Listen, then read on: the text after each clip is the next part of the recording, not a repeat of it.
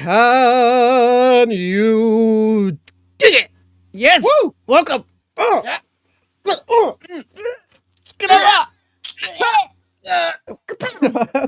everyone.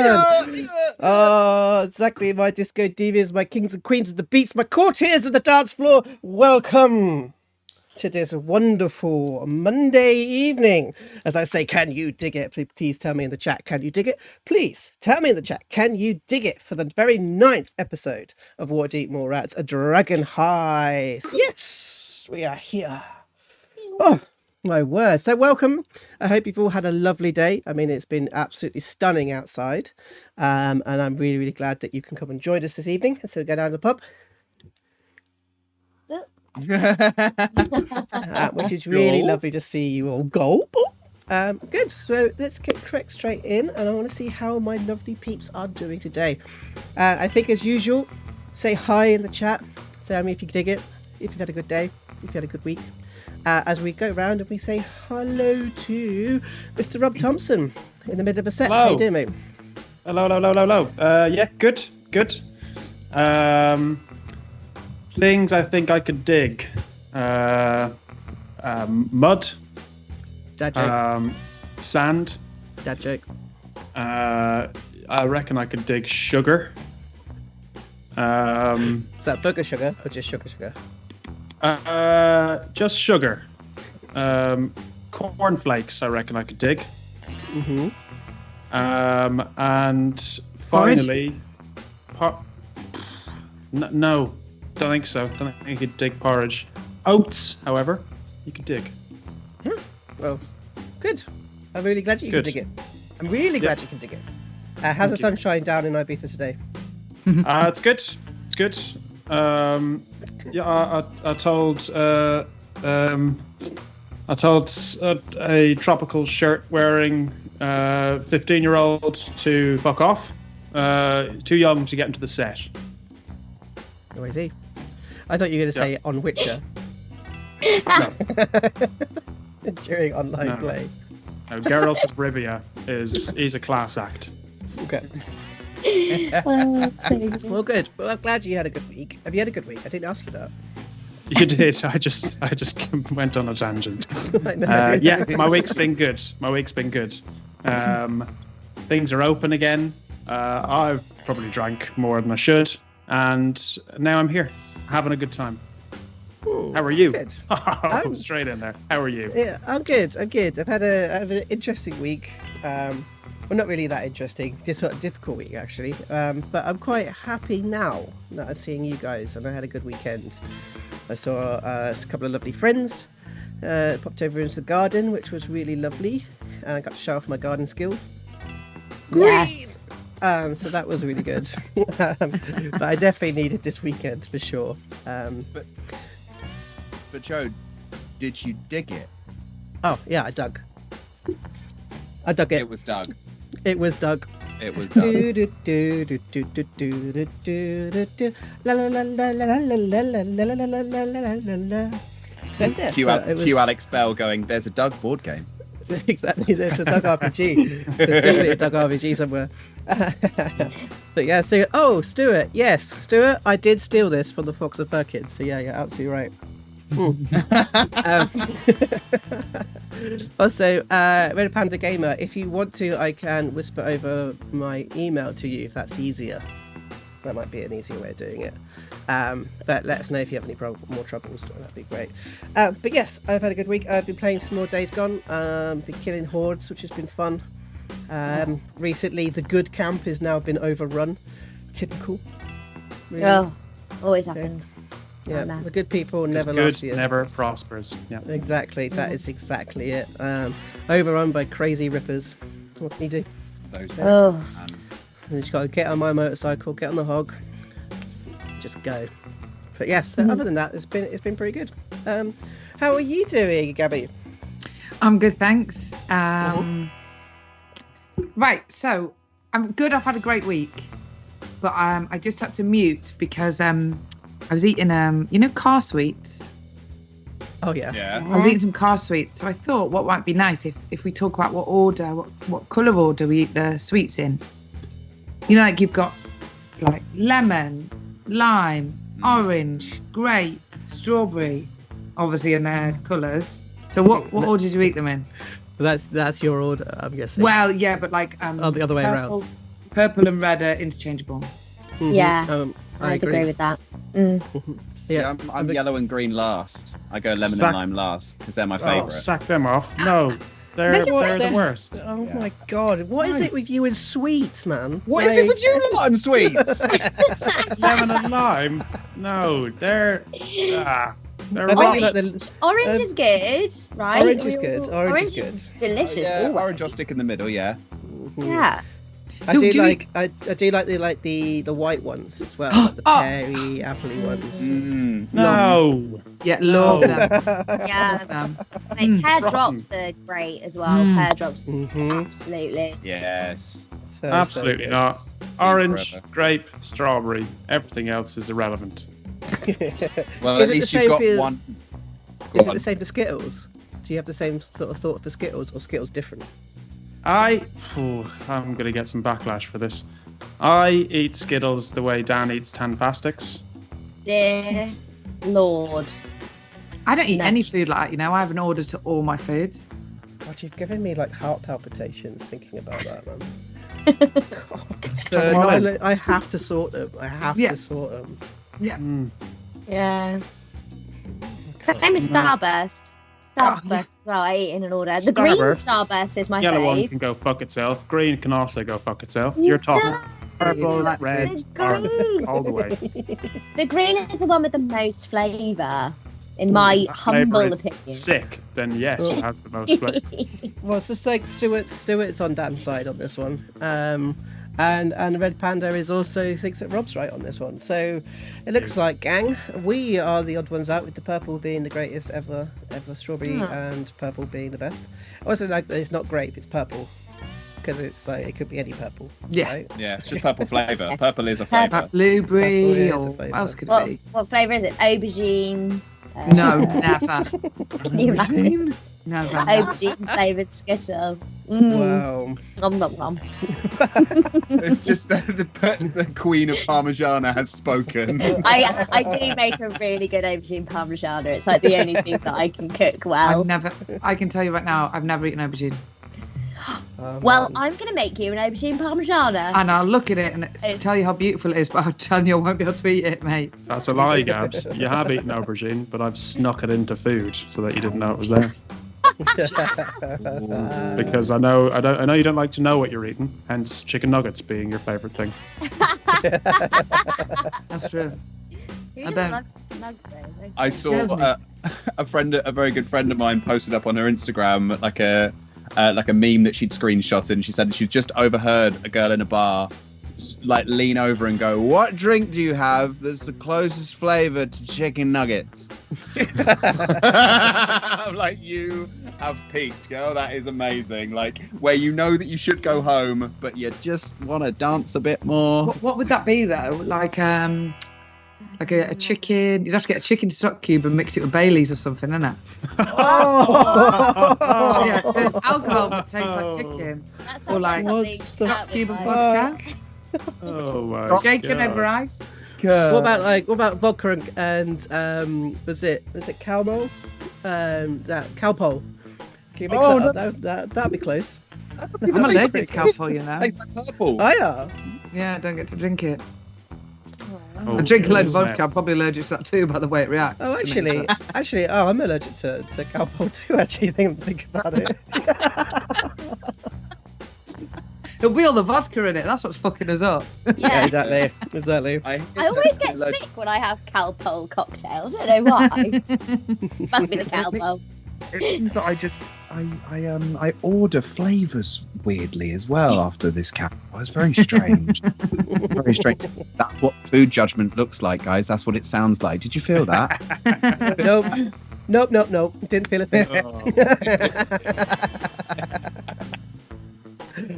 Oh my word. Okay, well, I'm glad that was a fantastic bit of time wasted. Thanks very much for that.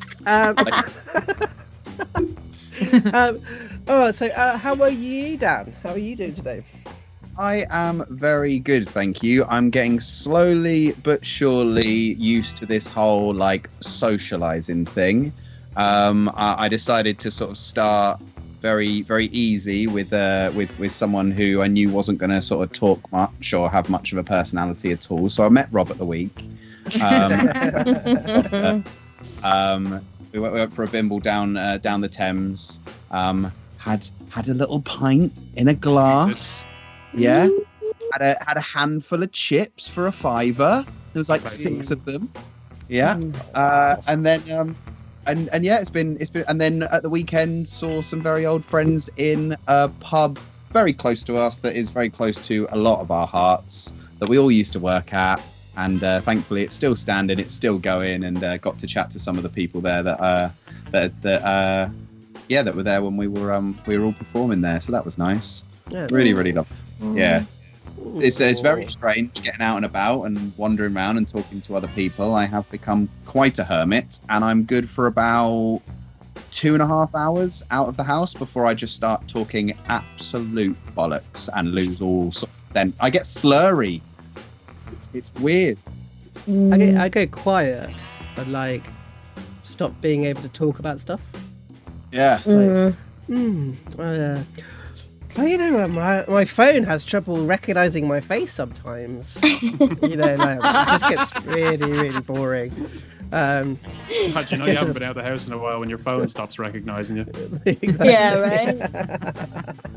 I found that I'm all right in like garden spaces. I'm not good like out in public spaces. Does that make sense? And I haven't tried a pub yet. I haven't done a pub yet.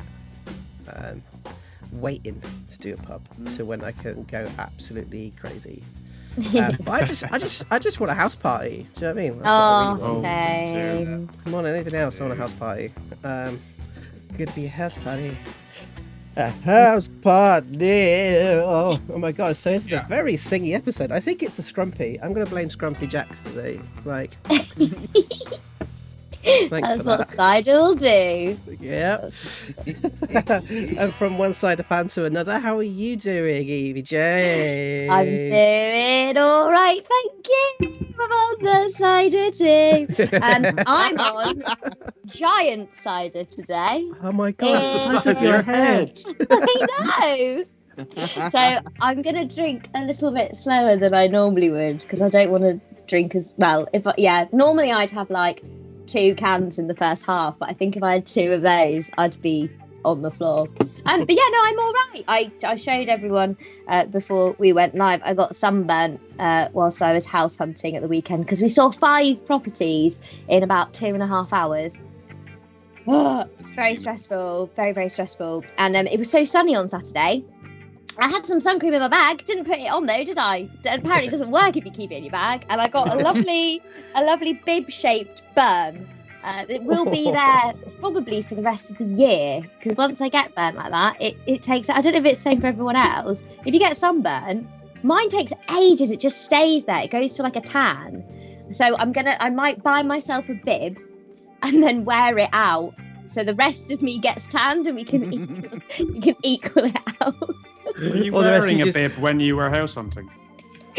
No, I wasn't wearing a bib. I was just wearing a t-shirt that was bib shaped. I don't know. It had like the neck was in a bib shape. I could show you, but it looks a bit weird on Twitch if I'm like, woo! Followers. Yeah, right. So I love the idea. idea. I love the idea of you just wearing the bib and then you just getting burnt everywhere else and be like, oh, why did I do that? Now I'm fine. But the bib is then a little bit too much longer, so then you get a white line like it goes around it. No, this is the problem. It is never ending. It's a never ending issue now. But oh well, things could be worse. I mean, I woke up on Sunday morning, like in the wee hours, really hot and a little bit sweaty, and I did think, oh no, I've got COVID, because I was like, this is a temperature. And then I realised, I looked in the mirror and I saw the sunburn and I was like, oh no, you're just very, very burnt in one area and your body is on fire in that particular area. So there we go. Yeah. But apart from that, I'm all good. Trying to find somewhere to live, but it'll happen. It will happen. It will happen. Yes, We believe. it will happen. We believe. So yeah. But yeah, much like everyone else, just enjoying the little bit more freedom that we have. And the sun, it's very sunny, which is nice. It is nice. It is nice. I'm worried about the rain. There's supposed to be some sort of rain this week, and I don't. No. Boring. I know. I'm supposed to be going camping next weekend, and I really hope it doesn't rain when I go camping. Because I think I'll cry so hard. Fingers crossed it won't rain when you're camping. Because I need to get drunk and stuff in the sunshine, please. Yeah. So that would be nice. Are you going as prepared as you usually go when you go camping? No. I'll go less. Oh. Okay. Yeah, so I think I'll just wear... I'm going to take one set of dungarees and some jumpers, and I think I'll be all right. Yes. Because you are the king of camping, as far as I'm concerned. Well, I was also thinking about only taking a little tent, not the big palace. Yeah. Because I think it might be too much. I've never camped with anyone who's brought lighting with them. That's true. That is the sign of an expert camper. Yeah, with lighting. Sound systems. Excuse me. But yeah, so I hope it'll be fun. I'm going to pick up a friend on the way. So we're going to have a nice 6-hour drive to the campsite, which is going to be madness. But I think it should be good. Yes, definitely need to bring a small generator. You're absolutely right, Daz.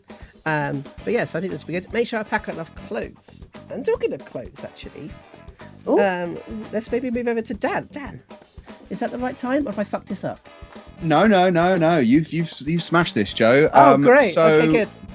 So we've listened. We've listened to people who have said, yeah, I don't do nerd merch that's not black.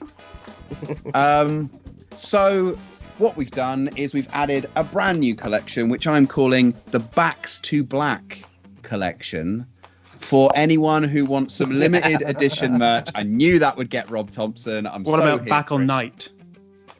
Oh, that's good as well. Back all night. Good. I also love how combative that came back, Rob. You were like, no, I am the king of puns. I wasn't asked about this at all. No one puns but me. No one spoke to me. So if you would like your Backs to Back Alright merch in black, or if you're feeling especially out there and you would like it in a nice charcoal grey, we have now added those to the merch. I'm going to put a little stream in there. I'm going to put a little link in the chat just now, and as we said before, there is a little Easter egg for every one of our VIPs, people who first join us to the Discord. And just a little something from us to you to say thank you very much. So check out the back at the top, see if you can find something there that is just for you. I do have another announcement, Joe, but let me know if you want me to do it now or later. Mate, you do whatever you like to. All right, cool. Let's do it now. In 3 weeks' time, it is our 1-year anniversary. I cannot believe I am saying this. So we are planning an entire week of stuff. We have planned almost none of it, but that's going to change. And what we want to know is, what would you like to see? And would you like to join? Because for a few viewers, there's going to be the chance to come and play some games and do some silliness with us. So throw it in the chat, give us a whisper. Ask us on our Facebook page, what would you like to see and would you like to play? Thanks. Yeah, come play. I said it'll be great because we've got a few different people in the pipeline, which is going to be really lovely, but we're hoping to announce in the next kind of week or so. Sorry, I thought that was somebody else. We're going to have to. We're going to be announcing them fairly soon. But lots of our sister streams have been really kind to us. It'd be lovely to kind of have some bits and pieces, and to have some games with you guys would be even better. So we're hoping, very kind of. Who was it? It was the games guy. Oh, they're all games people, all games Caesars, aren't they? All the emperors. Nero, let the games begin. Yeah, we'll go with that. Yeah. I'm sure he was a crazy one, but that's just what it is. I would have to say thank you for Mark for resubscribing in that one. I saw that one. But I think we have waffled on a lot. I think. What do you reckon? Have we waffled too much? Nah, never too much. I want to say one more thing before we go on, and that is Red Panda Gamer did manage to put the big Phatts picture into the Discord, and it is glorious. So if you get a minute at some point, people watching, grab yourself a little look in the Discord in the what is it in? It's in the art and ideas section. It is beautiful. Thank you so much, Red Panda Gamer. So happy. So I will definitely have a look at that during the break time. But I don't know. I'd probably kill my computer or something. But I think it's probably time that we cracked on and played some D&D. What do you reckon? Yeah. Alrighty. So, Mr. Thompson, are you okay to do a quick recap for us? I'm ready. I'm ready. Well, what's the latest scoop, Joe? Well, last week, the gang began by discussing how to turn their new abode into an elitist retreat for the rich and affluent. Then, they turned their attention to the press, as the Mallrats headed downtown to meet a reporter by the name of Ralph. The ever-studious Baggi took Phatts' advice to start behaving more refined and practically stopped traffic in the process. And the session ended with the newly proclaimed Black Star 4 finding out valuable information about the Castellanters. What's black and white and red all over? This week's episode, you morons! That was so fucking good. I love That that. was great. That was fantastic. Thank you very much for that. But Mr. Thompson, can you remember any details of what was given by Ralph last week?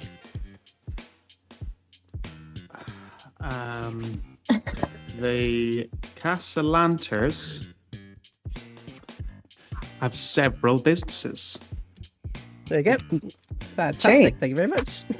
That was the crux of the entire episode.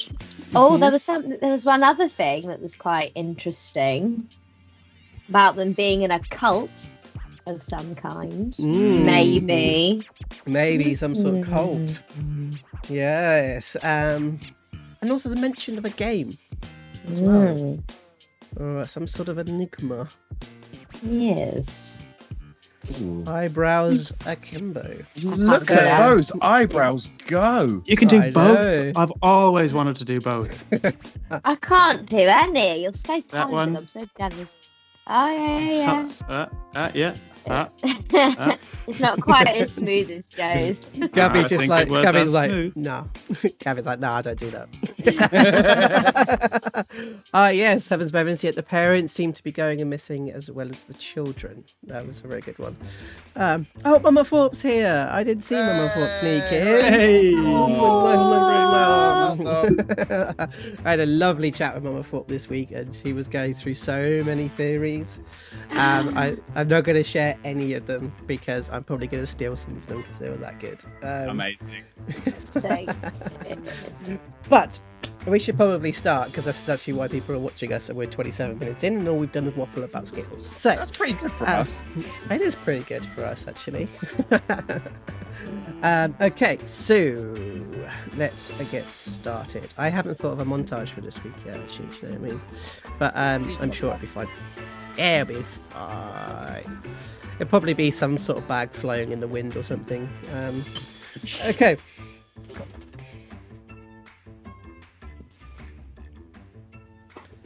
Okay. Far north of the city, over to the northeast, is a ward that isn't a ward. Outside of the city gates itself, it is only called the Field Ward because of the amount of people that are squeezed into its tiny streets. This slum, north of the North Ward, has a problem. As we see a gang of people begin to go to these small, feeble bars and shops, smashing glasses, breaking bowls, and demanding money. So we see one of them walk through into a flower shop They begin to rip up the flowers in front of this crying halfling. So we see across to another shop as they go in, start to beginning to smash the tiny pieces of bowls and found sculptures from the rubbish tips of the city itself. As we see an orc crying as they begin to push their head down onto the desk, demanding for more gold. Cut to A goblin lulling in a doorway, shoulder onto the doorway, as they slowly trudge out of the room, and the camera holds there for a second and pulls back and back slowly as there's drips of blood, pools of blood that get bigger and bigger and bigger as we creep up and then land onto a perfectly smooth mannequin head with a coarsely carved half goblin face adorning it. Cut to. Do Warforged dream of electric sheep? No, was the answer. Firstly, Warforged didn't need to sleep, so dreaming was not something they tended to achieve, but it was not impossible for a Warforged to dream. Phatts would sometimes sit in the dead of night when all else were resting, and he would let his mind wander, and after some time he would dream.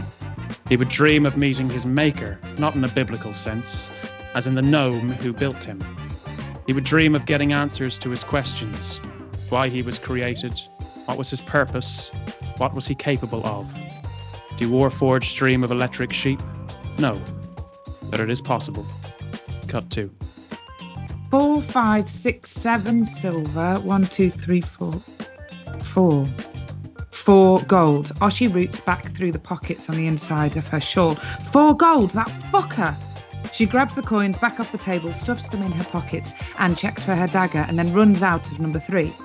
She races to the back of Le Chat and leans against one of the empty barrels, waiting, knowing she's going to have to prize that 1 gold she was shortchanged of by any means necessary. Flipping her dagger in her hand, she crouches as a young halfling barback drags another empty barrel out. She appears, standing at nearly double his height, even at just 15 years old. Connors, I won that game. You owe me another gold piece. He stumbles backwards in surprise. Miss Oshi? But before he can finish, her hands are round his throat and squeezing tightly. He scrambles in his pocket, fingers searching for the gold piece he thought he could get away with keeping. Cut to. We see Baggi wearing a dark purple velvet dress sat at a table filled with lords and ladies. Many of them have cigars dangling out of their mouths, broad smiles with food stuck in their teeth, and fat, flushed cheeks. Teeth all stained with yellow and chins and purses swollen with indulgence. Baggi tells a joke and the whole table guffaws. She seems happy, confident, content. Another person goes to join the table. A man with a yellow and red crest of some sort that Baggi can't quite make out. He says, "May I join?" And Baggi looks at him and says, "Always room for you, Father." Before waking up. Cut to. a ginger-haired lord sits at their desk. They're writing on a small piece of paper. As you rest over their shoulder, we can see the pen on the paper itself. I have found 4. I think 4 of them would be worth looking into. Any information would be most helpful for the Black Star 4? Question mark. As he begins to kind of fold this piece of paper, as you see him fold it into a small bird, as he whispers into it, "Mert," and throws it out the window. As you see the bird fly off into the sky over this vista of the seaboard, as we then begin to dip down as we fall through a gold-gilded sewer drain, as it sinks into the sewer itself, going lower and lower beneath the city itself, until we are in front of an ancient door as we flow through like ghosts to a room filled with hundreds and thousands of dragons. He said the thing! I said the thing. Good. Alrighty. So I do love the chat that just goes mad for hundreds of thousands of Skittles. Yeah, I think that's better. Next week I'm changing to Skittles. Thanks, Daz. Okay, so last week was an interesting one as you did a lot of kind of chatting, but you began to sort of open up your investigations probably for the first time by looking and talking to Ralph Lumley, who has promised to kind of look into a couple of things for you. One being, I think it was the other businesses, as Rob was saying, and the fact of the missing children, because they hadn't actually investigated that before, only the parents that had gone missing. So I think, and that was at the 90 Bells, wasn't it? Yeah, that was at the 90 Bells, which is a very interesting pub that has like booths available that allow you to go into a separate plane of existence for secrecy. You also agreed to have an interview as well in the next couple of days from Ralph, whilst they kind of looked at things. And I think you also told them that they could be like your PR press secretary type idea. I think it was as well, yeah. So I think we will go from, do you think we should go from the evening going back, or should we just go straight to the morning for the next day? Totally up to you guys. Morning. There we go. Good morning. Good morning. As Baggi steps down onto the bar kind of floor. I think Phatts, you've been up for a little while. You're sort of pacing the bar area to sort of figure out like tables and like things that you can start making for you. What Oshi would say a small stool in the corner of your for your smoking sort of options. As you see Baggi come down, her hard boots hit the creaking floorboards, and she says, "Good morning." Good morning. Sleep all right? Yo, I sat in my room for the evening. Oh, yeah. I suppose you probably don't sleep. Correct. And Baggi starts pouring water into the kettle, and she looks at Big Phatts and she goes, "I've made you something." Have you? Yeah, I mean, look, I know I kind of tore everything apart in here, but it was for a good reason, and obviously you've not lived with me before, you've not lived with us before, so I kind of wanted to... Anyway, look, I don't know, it's this. And then out of her pocket she pulls out this like, it's like one of the old hob handles, and she's put a little mechanism so that it like latches onto the edge of the hob, like, you know, with camping equipment. And then so she puts it onto like a pan, so it becomes like a saucepan. And then she gets another thing out, and it's like a whisk that she's then put into this like lever system. And on the top, she's got like what's it called, like a lever, and instead of having to like whisk, you gently just turn the lever, but it moves really, really quick. And she's like, "There you go. So it's for scrambled eggs. Just put it on. Just that. Easy peasy." What do you think? Yeah, that's 2 utensils more than we had yesterday. Yeah, it's good, right? And it means you don't get too tired, because it's just like a gentle spin. Anyway, I thought it was just a nice thing to do, and I'll try and sort everything else out as well. Well, I appreciate you refilling some of the stock, but I've decided to take myself out of the equation and refuse to cook for y'all ever again. Saves me from getting angry. Fair enough. So that's a pretty good deal, seeing as you don't actually eat anything. Yeah.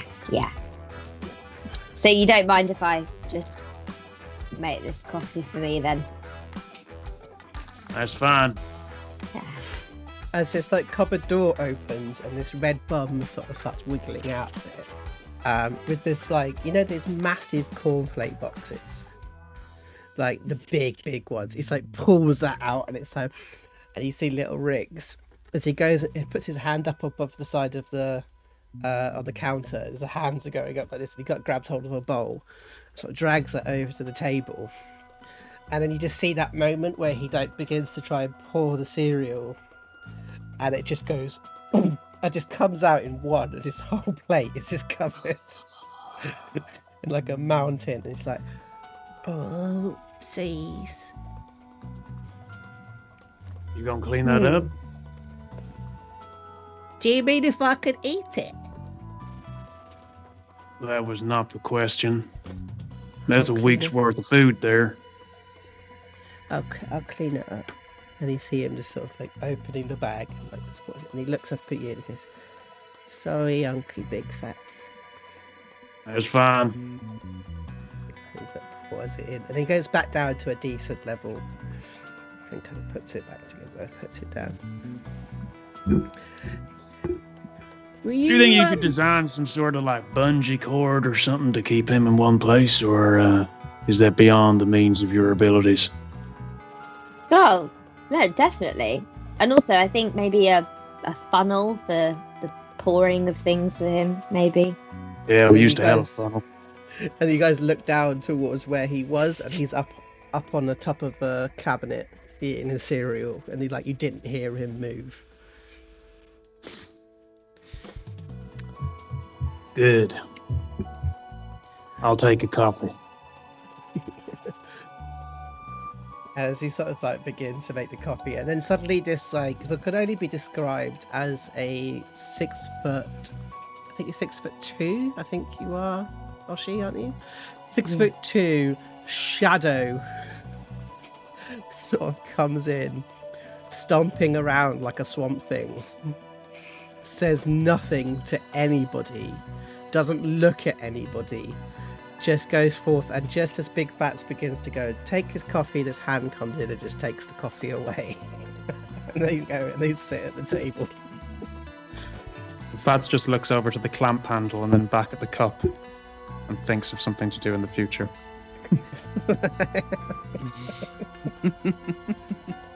As we see Oshi just pick up the coffee.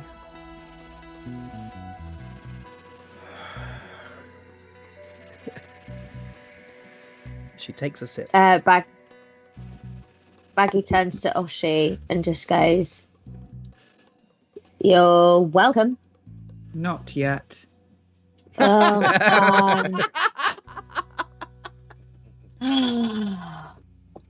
this is the other thing you need to know, Big Phatts. Don't talk to Oshi before she's had her morning coffee. Yeah, I'm learning.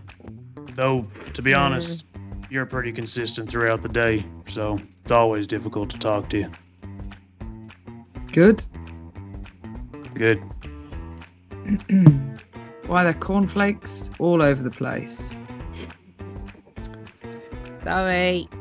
As you can then, he's like over on the fridge.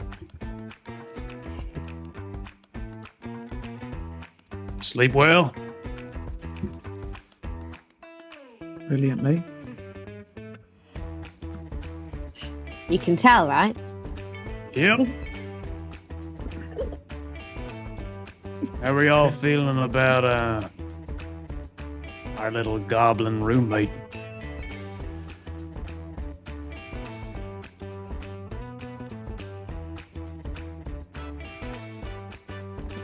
Like- Oshi finishes her coffee and leaves. As Okay. as we kind of like see her leave, we kind of follow Oshi out as she goes up the stairs, but instead of following her to the second floor, we kind of go through into the den, where there are 3 candles sort of lit. I think the sun, I think we described before, I think with Oshi's room, I think we said that the sun comes in the evening to you guys. So you're not quite in sun. Pups. But you can look out your window and you see that orange light that's like cutting across the street. As you sit down in front of the candles. As we begin to kind of zoom for closer and closer towards your eye, we see that you're focusing on a single flame and watching the flame move. But there is a thought that is stopping you from meditating this morning.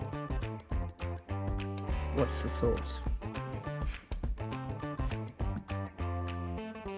All parents died. All of them. That's what sent Tunk through the loop. That was the spiral that spiraled everything down on Black Star, and who knows what's happened to Baggi's family or Oshi's. We've got to do something. And you think of a face that you haven't thought of. I would say has to be about 12 years actually. Do you think of your mother? Back at the camp. And the face is blurred. So you struggle to kind of see her face, and you think about parents, and so you move your thought, shifts to another place. As you begin to think about, like, what does it mean to lose? What does it mean for the parents to be disappeared? Could you do a wisdom save for me, please? Ooh, yeah, okay.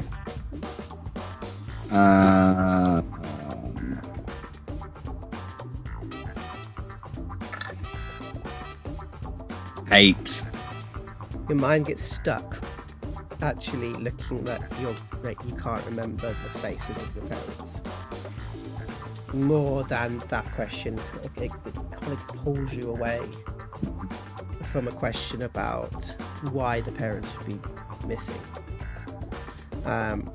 As you realise that your parents are missing from you.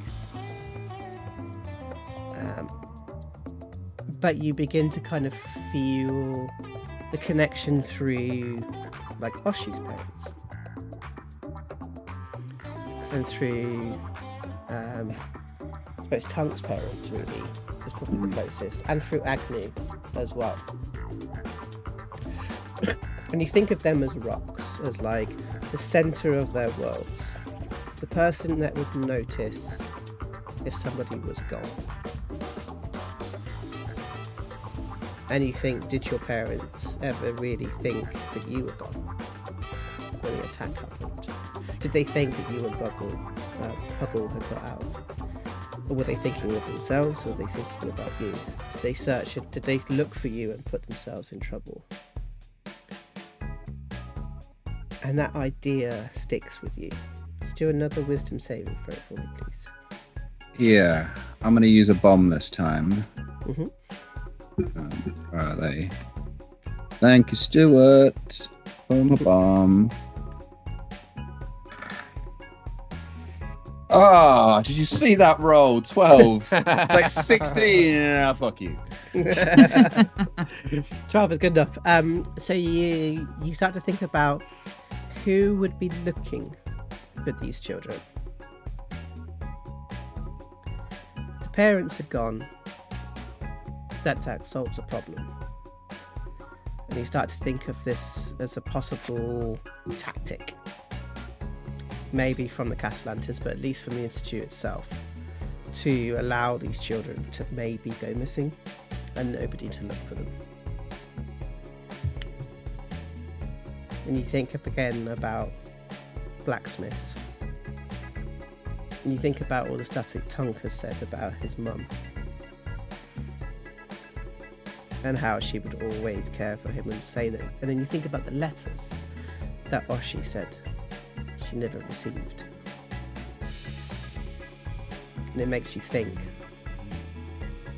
have these parents gone missing so that the children can go missing without any problems? The gust of wind comes in, blows the candle out.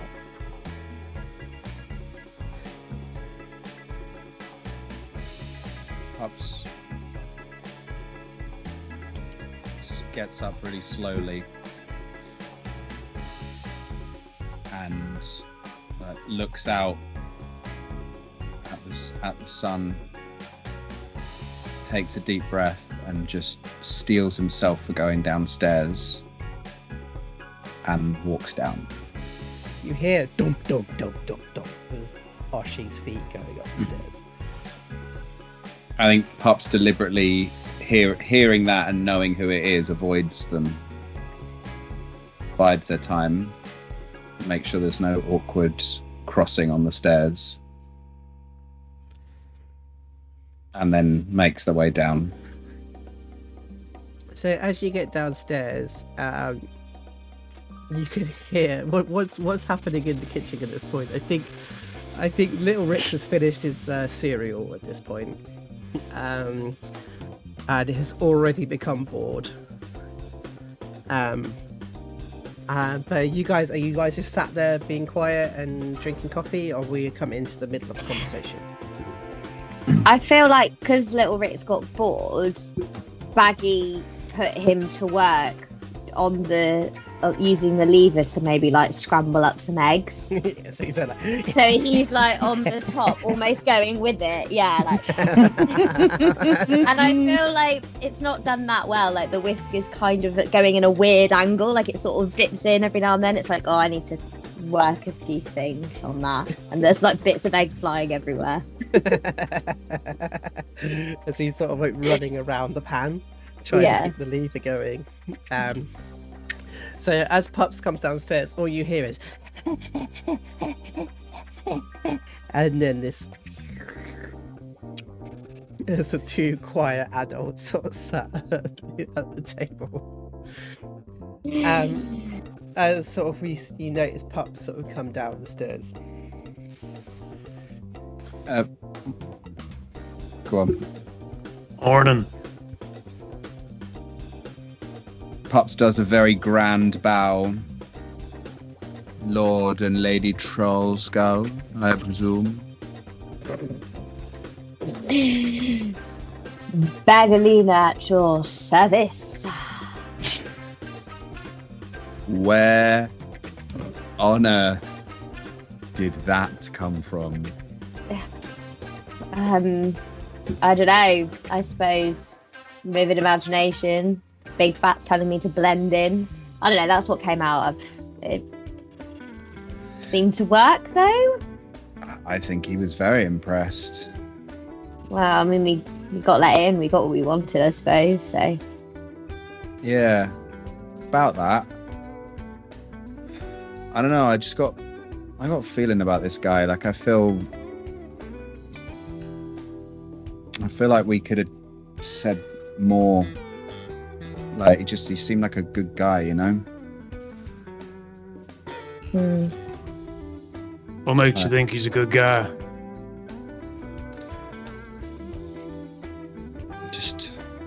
He seems...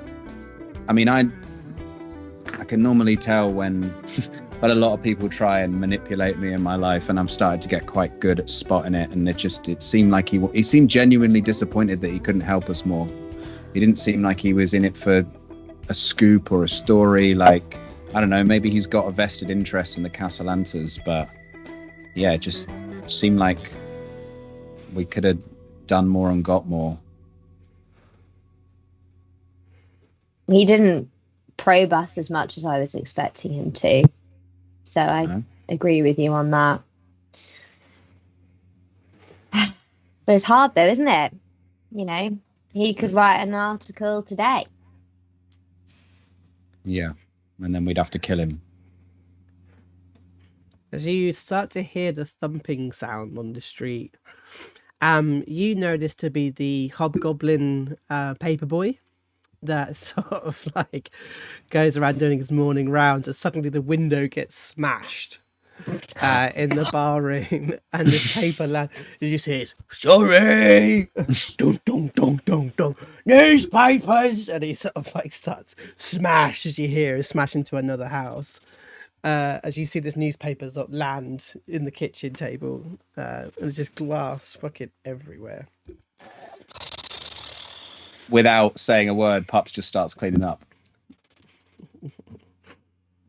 2,000 and now 8 gold pieces to get this place back in order. Who wants to see what it says?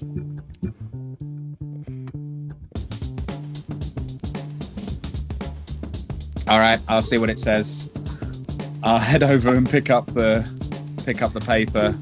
Okay, so this paper isn't the normal paper. So this paper, it looks as if, I'm looking at the label, as if it's maybe been delivered to the wrong house. This is the Daily Deep, and the first thing you recognise is that this might be a very opinionated newspaper. As Daily Deep's headline is Black Star 4 forget their roots. As we see the front paper is about essentially them masquerading as lords, gracing the presence of the press in Iramar Street. And there's a particular emphasis placed on the shiny robot bodyguard. And it's presumably this big Phatts. However, he seems much smaller in real life. Savage. As we see, this is a very Daily Mail-esque newspaper. The Daily Deep. But one of the big things they sort of comment on is the clothing of everybody, of how it is a very haphazard, tatty, and there is no way that they could have considered themselves lords. These ruffians from the south. That's kind of what it places it down as. Does Pups read this aloud? Yep. They said, what about me? They decided to comment on everyone's appearance instead of the actual story. I think that's possibly the definition of the gutter press. Said I was a bodyguard. They said you were small and not very shiny. Fucking Richard Murdoch's fucking door muck. That's what I call it. Are you really gonna let this get to you, Phatts? Yes. Is there anything that doesn't get to you, Phatts? No. How have you lived this long? Because I'm fucking big. Apparently not. And he snatches it up and you're starting to get to me now. Does it, it's kind of insinuating that we're all fakes, isn't it? No. I think it just means that we're starting to, fit a certain brand. Symbols. They're important. I, apparently, am a better bodyguard than a noble. And I will remember that moving forward. Always play the fool. That's what I was taught. Let people suspect you to be one thing until that's the last thing they suspect. I've got a different theory for you. Didn't Ralph say that certain papers only run certain stories, like the the warehouse. Was it the warehouse story? Didn't get run in a lot of the papers. So maybe this just means that we're pissing off the right people. True. Very true. And I suppose we're brought into the public eye. Maybe people will be a bit more interested in what we have to offer. I mean, we still have to make, what was it now? 2008? Yeah, gold about pieces. that. What are we going to do? What are we going to do about that? Like, I like your idea about getting the Castellantas to invest, but how do we... I mean, surely we've got to start somewhere. Surely we've got to make some cash somewhere. How did y'all make cash before? Little jobs.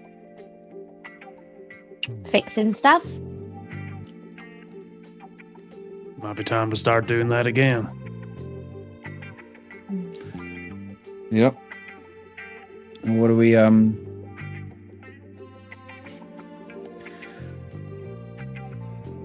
what are we gonna do about well, the Ralph didn't work, did it? Like, we're not gonna get anything out of them.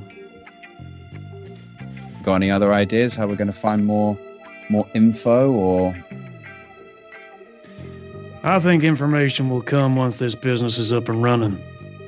If we can attract the kind of clientele we'd like, which is going to be those fucking rich pricks, then I'm sure they'll start being loose-lipped after a couple of drinks. And Baggi, you make sure these walls have ears.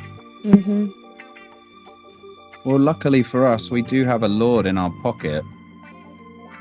If they show up and they're seen here, then maybe they'll influence the rest of them. Who knows?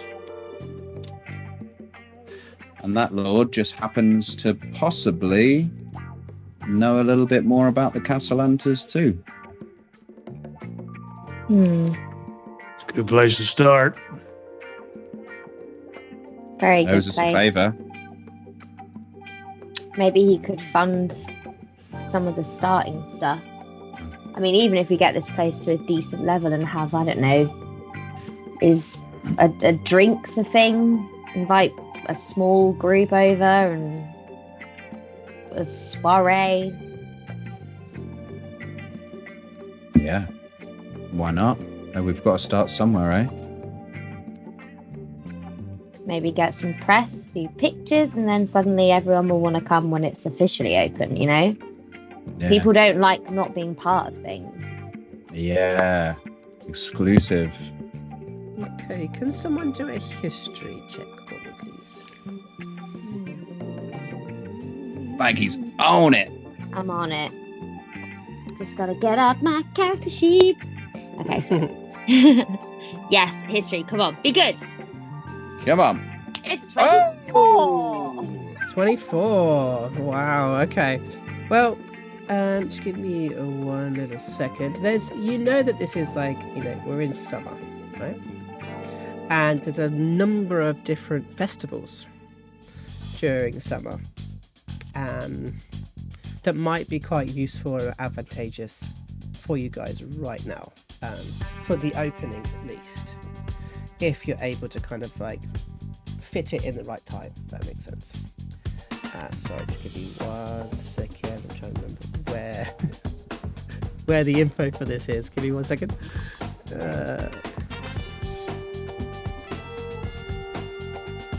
See, this is Big Phatts. This is Baggy's face when she's like, there's something in the Mind Palace. It's just ready to come out. Like, sometimes she can go quiet like this for minutes on end. Yeah. There's just a slight flicker of the eyes. It's like occasion. yeah. Sometimes it's just gas. So you know that in 3 weeks' time is a festival called Guildhall Day, which will essentially, it's a day in which people celebrate the fruits of labour. New business deals are kind of made, and it's kind of a celebration of all things sort of hard work and things opening or reopening. So you think that this might be the best sort of date to start, which would be the 14th of.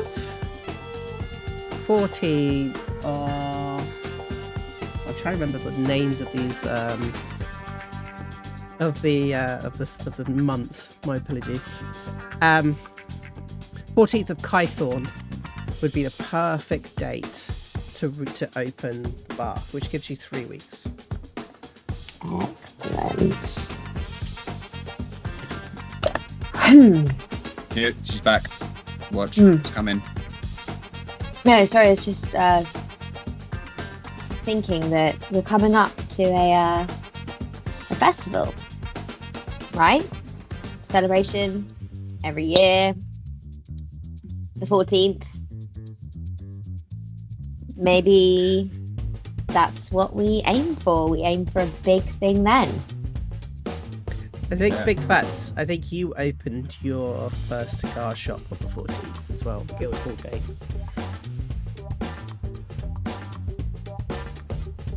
It's a good day to do it, but I don't know who it was, but someone told everyone that it was going to be 2 weeks till we opened. So I think Baggi, you have this sort of idea of like a pre-opening and then the celebration opening. Yeah. So, the 12th, we invite a select group of people. They come in, and maybe we let them know that it's not officially open, but it's so they get a feel for the place. And then all the people who aren't invited really want to come, and then they get to come on Guildhall Day. Like an opening, but soft. Yes, I suppose. Yeah. Okay. I'm just thinking that, you know, if it's like, you can't come here, what are they going to want to do? They're going to want to come. And maybe we'll get more people. I mean, you know what these people are like. They're all about being in the right place at the right time and, you know, blah, blah, blah. So why don't we... Yeah, and we can get Never Ember on it to shout from the hilltops and say how exclusive he is and how he's been invited and everything like that. And yeah, and then the following week, on the 14th, it'll be full. 2 weeks to make sure this place isn't covered in glass and cornflakes and crap and you know, all that sort of stuff. And like Liv can polish all the glasses and everything. And then the following week, we'll hopefully be ready to go, right? Hard liquor, soft opening. Yes, Yeah. Big Phatts. Maybe that's our tagline. Maybe that's our tagline as we kind of like go through, we go up the stairs as we just hear the door slam. As Oshi goes and sits on her creaky bed and it's like, and she sort of looked down at the. Did you bring the cup of coffee with you? She finished it, I think. Okay. As you sit in this empty grey room, and you sort of sit there looking out of the windows. Maybe you walk over to the turret, so that tall turret, the double-heighted turret, and you kind of look up at the rafters above you. And she just thinks about the handkerchief she needs to get today. And you go, why the fuck a handkerchief?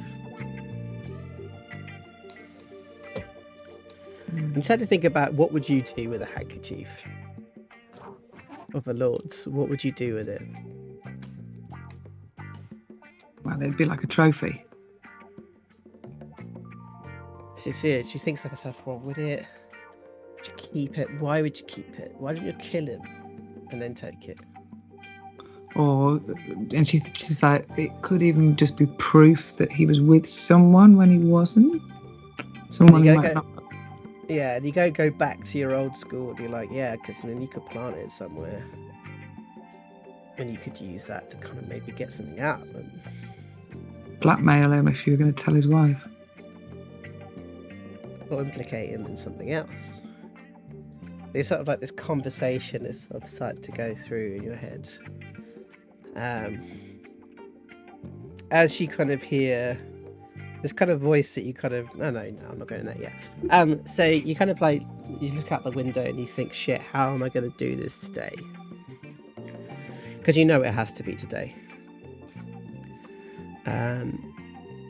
So what's your kind of your plan that you could think of, that your first plan to kind of get this handkerchief? She's gonna...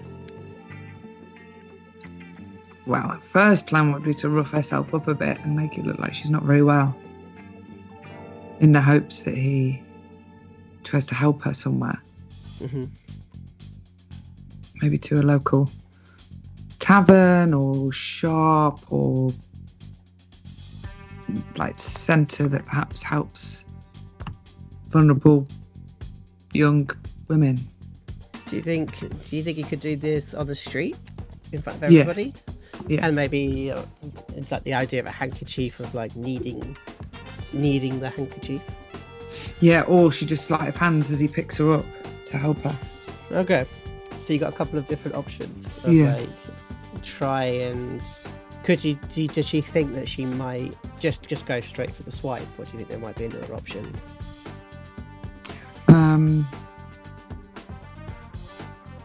With the plan of being ill. Yeah, maybe straight for the swipe so he doesn't remember that he gave it to somebody. Gotcha. Yeah, that makes more sense. You kind of see that you kind of look at the detail that you've got from the stone about him being, this ginormously fat lord.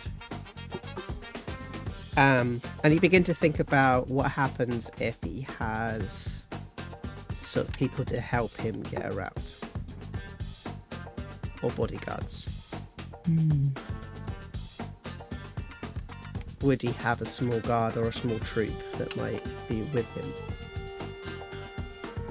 And you start to think, like, could you get through that with the sick routine? What would you need to do to make the sick routine work?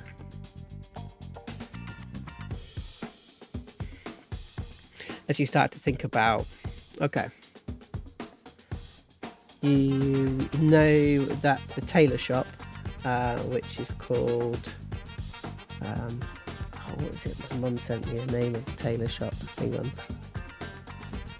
Sorry, I just need to have a look at my Waterdeep Mallrats Mama Thorpe WhatsApp chat.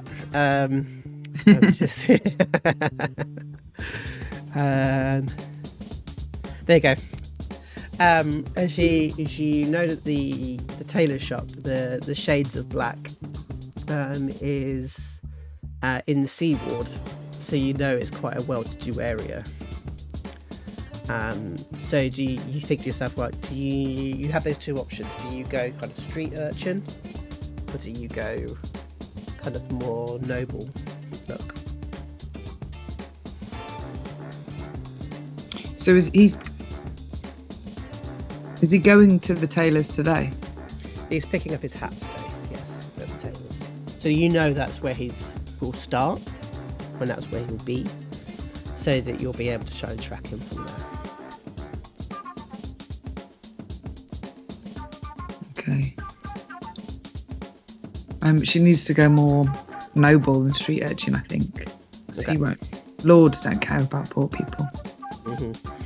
Does she have I don't know why, I just imagine that Oshi would have a set of like lord's clothes, middle class clothes. Yeah. Like... She's got her Desire Self kit, and I think she specialises in posh, dainty women clothes. Mm-hmm. I really like the idea of a scene where what we actually leave you with is you sewing a hole in this dress, just to kind of make it proper. And actually, could you do a sleight of hand for me?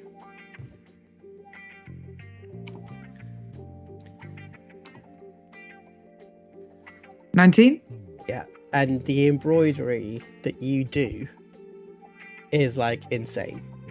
like this is a secret skill of Oshi that she's got like fucking brilliant sewing skills.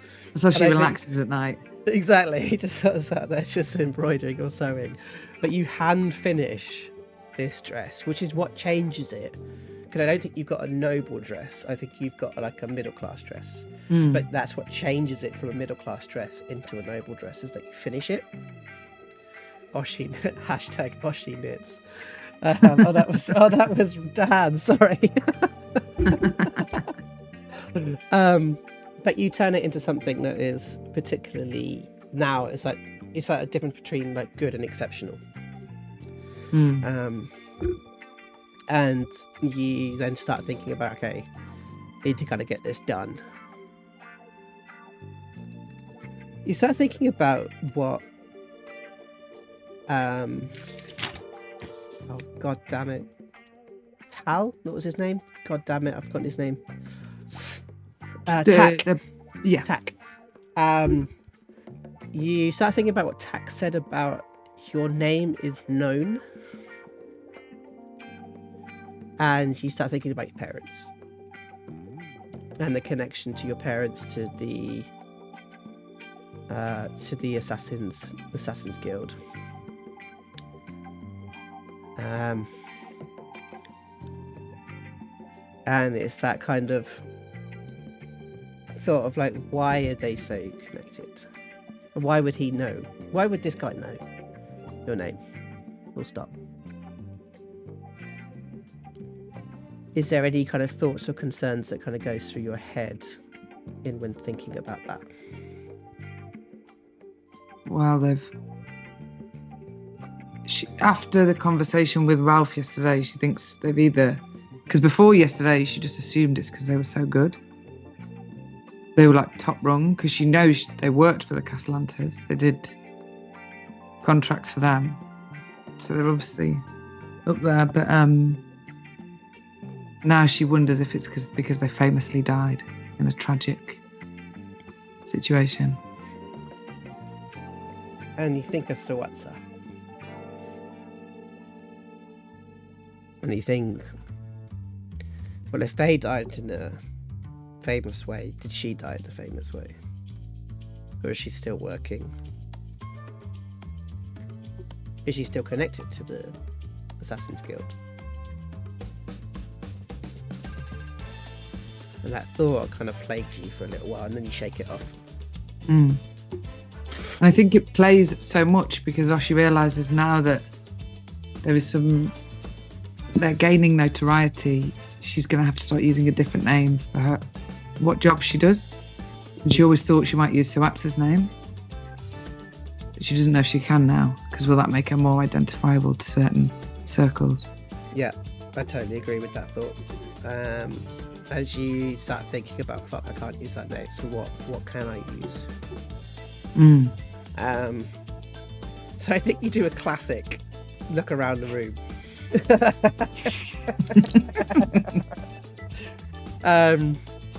So let's roll a perception check. And I'm going to say something that you see, and then you're going to try and make a name out of it. Okay.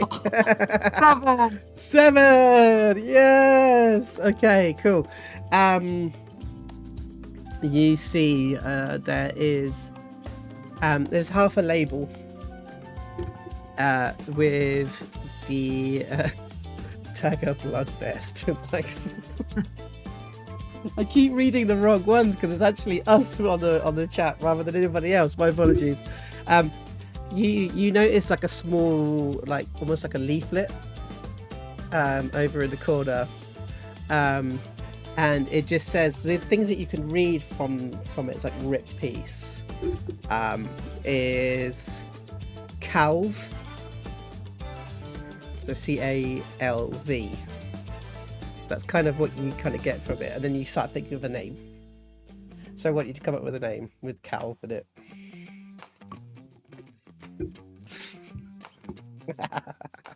This is when he's saying, my cool character is gonna have the worst name in history. Also, I'm thinking I could change the letters around, but as a dyslexic, I'm like, I don't know how to read that word out now I've written it. Because I've written Calvi. Wait, Clavia. Wait, Calvia. Clalvia? Calvia. Okay. Or Calvia. it could be Calvia. Calvia. Nice. Calvia is pretty good. So you kind of like start practicing it. Calvia. And he's sort of like, cool, sorted. Do you think about going downstairs? Back to the team. Yeah. No. All right. So you look at the window, and you see that you can totally jimmy it open. You look down. It's like, oof, it's a bit of a drop. Yeah. But you think if you go across the big factory, maybe you could drop down onto a ledge, like onto a roof section, and get out without anyone seeing you. Or to the back here. Actually, the back of your room goes onto the staircase, doesn't it? The outdoor staircase. So you think you can kind of jump off the side and get out. But I am going to ask for an athletics check if you wanted to do that. So you look outside and you're like, In "Oh, athletics or acrobatics? acrobatics." So you look outside and you're like, "Oh, I might need to do an acrobatics check to do that." So Can I use one of my advantages, please? Because of course you I can. don't want to finish Oshi off on this jump. 21. Nice. So you kind of bunny hop over and you twist around and you just like in a dress. This is in a noble dress. You kind of hang down and then just let go and you sort of drop down a couple of meters onto a step and you sort of land and you check.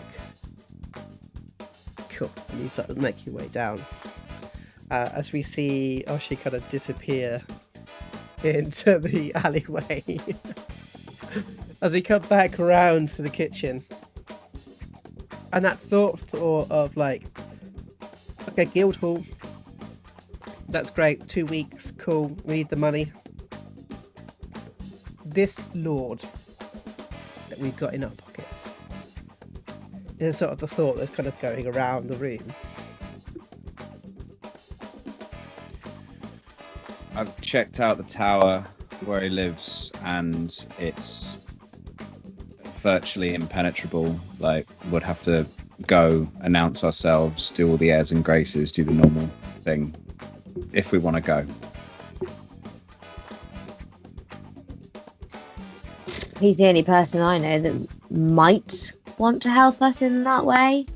Yeah. And he doesn't know that we know that he's a Harper.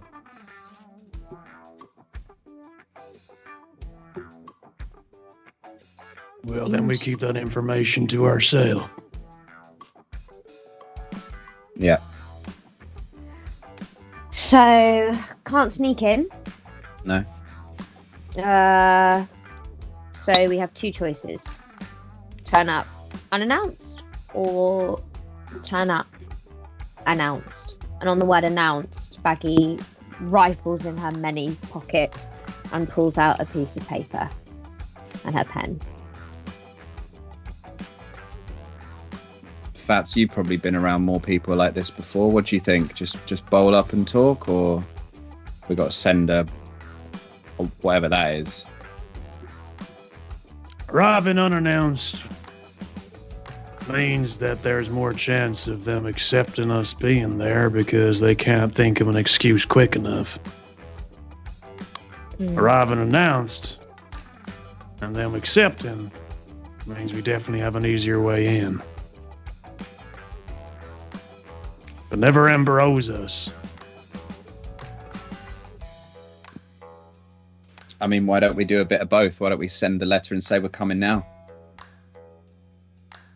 Sounds good. And I think Baggi, you think, well, I'll go up and get Oshi. Yeah. So she places her favourite pen and a piece of paper down on the table, and then looks at Big Phatts and is like, "Don't let little Rix touch that pen," and then scurries off. As you kind of like go up the stairs, you kind of go over to a door and you knock. Just like no answer. Oshi! And then she does like a special knock that they probably did when they were younger on like each other's beds to be like, how are you doing? Like a nothing. So she just goes, Oshi, I'm coming in. And then just tries the handle. As you go in, you can feel the draft of the wind of the summer morning air coming in. There's this completely empty room. And so we're going to take a little break there.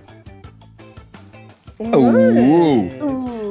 Ooh. Okay, good. So I love that like our mornings on Mallrats are always really long and epic. I really, really enjoy that.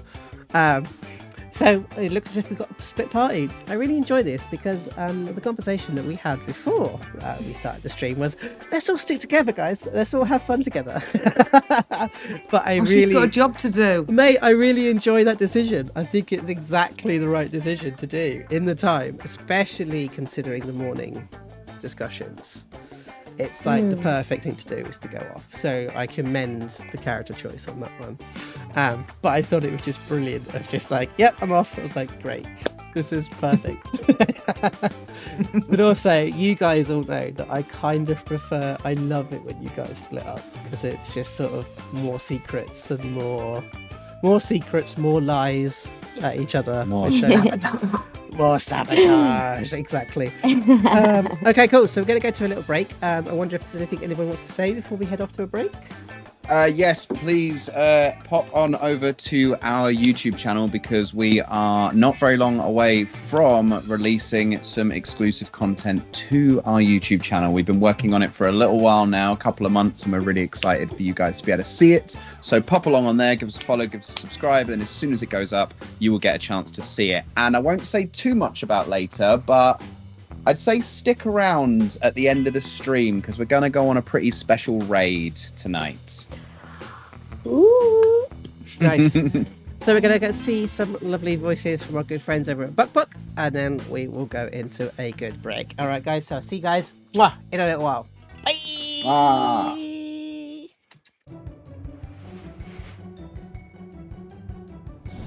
Who is responsible for this outrageous atrocity?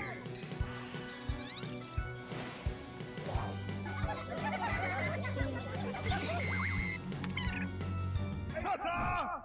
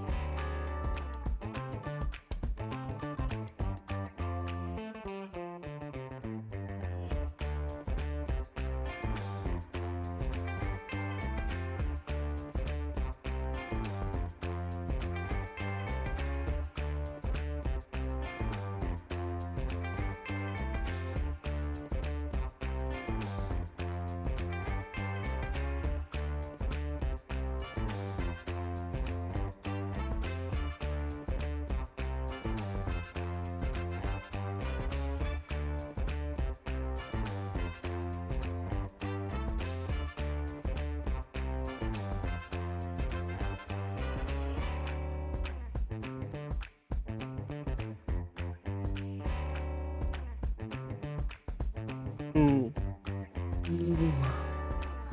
Oh. Num num num num num num. Scotch and water hold the scotch. Oh, that's 4 cans in. Welcome. Welcome back, everybody. As the songs continue. Good. Well, I'm glad that you've kind of enjoyed us. I hope that you've gone over to our YouTube channel and hit subscribe. It means a lot to us if you did. And also, if you're lurking, give us a quick follow. That's always a big love for us. And we really enjoy it. I hope you guys are still here. I can't check anymore because I turned my Twitch off, so I can't see who's here anymore. So do say we've got. Oh, what's this little game we've got on the old chat? What's this? Oh, it's a little predictive text game that's very fun. I did a D&D special one before. I think it was Daz did one. Did the first one before. Daz, if you want to repost yours, they're hilarious when you realize what the highest frequency words are within your predictive text. Mm-hmm. I managed to get Twitch into mine. Mine's bath. Bath. Like swimming like in a bath. You know, like always, every single time, it's like bath. It's just like, okay, well, that's who I am. I'm the bath person.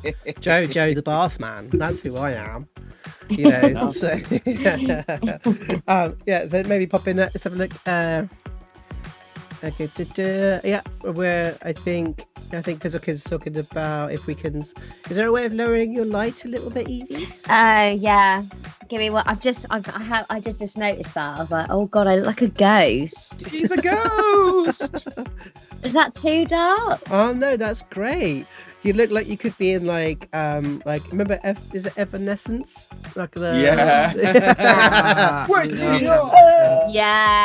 you know. so good. I will take that. Amy Lee. There you go, perfect. I saw Amy Lee did a little thing on her Facebook the other day, like Amy Lee doing one of the like obscure album tracks from Tenacious D. I was like, my 18-year-old self right now is having a field day. This is great. Oh, that's fucking brilliant. I am Bevins, Viscount of Love Island, bringer of the illusion. Fear me, for I am not the same thing. Oh my god, these are so good. Yes. I am Ganjbanti, Lord of the Crystal, bringer of the sun. Fear me, for I just want you to be honest. Oh. I think that's the creepiest one of the lot. So thanks, Rob. I've now discovered who Ganjbanti is now. I now know who it is. Who are they? It's Gabby. It's Gabby. I know. Oh, I had no idea. I had no It's idea Gabby. it was Gabby. Or not, I might be wrong. All right, cool. So, should we crack on? Yeah. I keep playing some games. For I am the lord of the game, and I don't know what I'm doing. So fear me, I might kill you.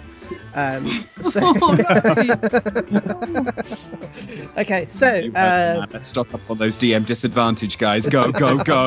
well, I'm also acutely aware that people have so many points that we really need to kind of get through them as much as we can. So I think Bevins was like, I've got 8 grand. I was like, oh.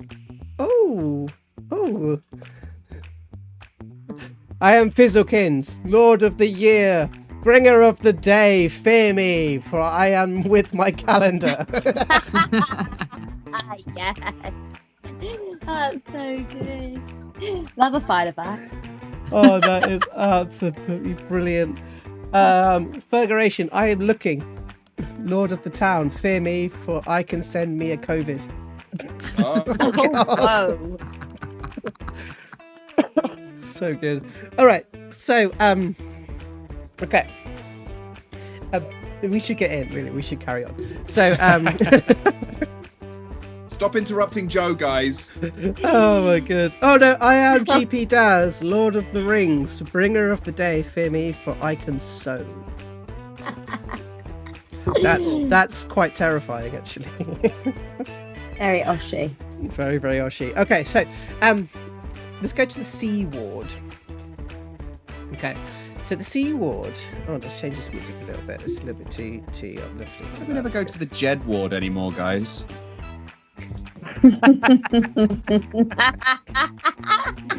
I went to school, Jen. Did you? Did you? No. I went to school with Jen, Jen. And look at me now, huh? Mm-hmm. That's brilliant. Brilliant. So good. So good. Were they really annoying at school as well? They were exactly the same. The same Yes. as each other? As in high hair, high tops, very eccentric, nice lads, to be fair. Oh, that's good to know. Well, I'm glad that they're nice lads. And they're extremely nice to their fans as well. I didn't know Really? this. Yeah, and they're really like good. I don't know how you put it. Like, they're really against right-wing policies and people Yeah, doing they're bad shit to other humans, and they're very outspoken about it. They've I become did massive not know advocates this. for like trans rights, for Yeah. like BLM. Like they're calling out the music industry. They're calling out all sorts and Yeah. give absolutely zero fucks. Like I never thought like 2020 would be the day that would be the year that like Jed would ascended to become these like, you know, these pillars of society, and Right Said Fred became anti-vaxxers and anti-maskers. I was like, this is not the way I expected that to go. Oh my word. I did not know this. This is something that I have learnt today. Thank you very Yeah. much. That's why we should go to the Thompson. Jed ward more, guys. We should go to the Yeah. Jed ward. Okay, so go to the C ward. Okay. On a busy day, the C ward is extremely calm.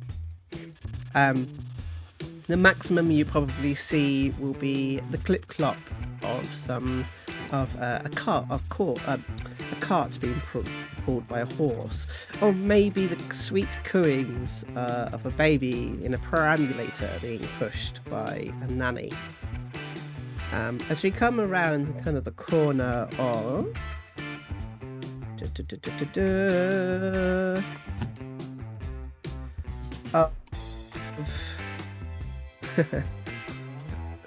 ironically named Rough Street, which the pavement is completely paved with marble, so it's actually incredibly smooth. As we come through and we see Oshi sort of walking in. Do you want to describe how you're looking right now, actually, as you walk down the street? So she doesn't have a signature hood or shawl on. She has a corseted dress, which is cut along a line along her chest and her shoulders, and it's a very light purple, almost like a light violet. You know, Parma violets is that colour. Gotcha. And it's cinched. It's quite tight, and then it kind of billows out slightly, and you can just see heeled boots tied that kick the skirt out as it moves. It's very feminine.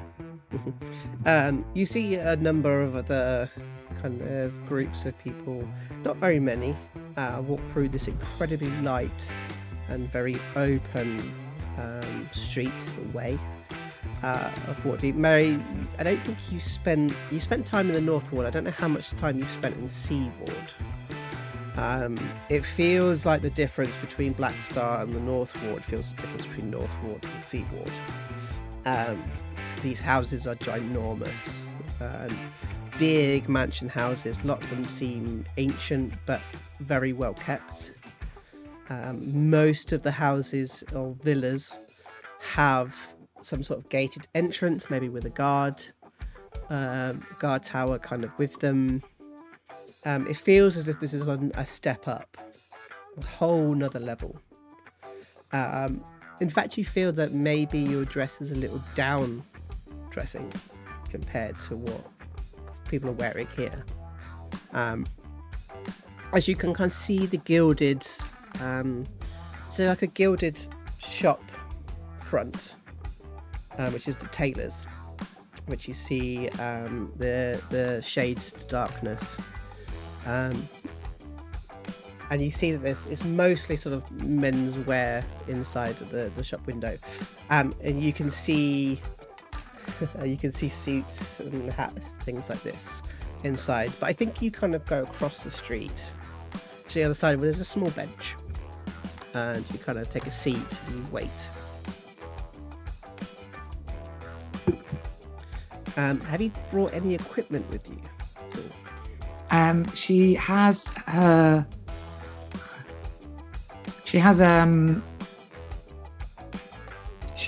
like lace gloves on with no fingers, and she has her dagger down her boot. Mm-hmm. And then she can keep like 3 or 4 gold pieces in her other boot. Okay. So you've kind of got stuff to kind of hold bits if you need to. So you kind of look across it. I think it takes about half an hour of waiting.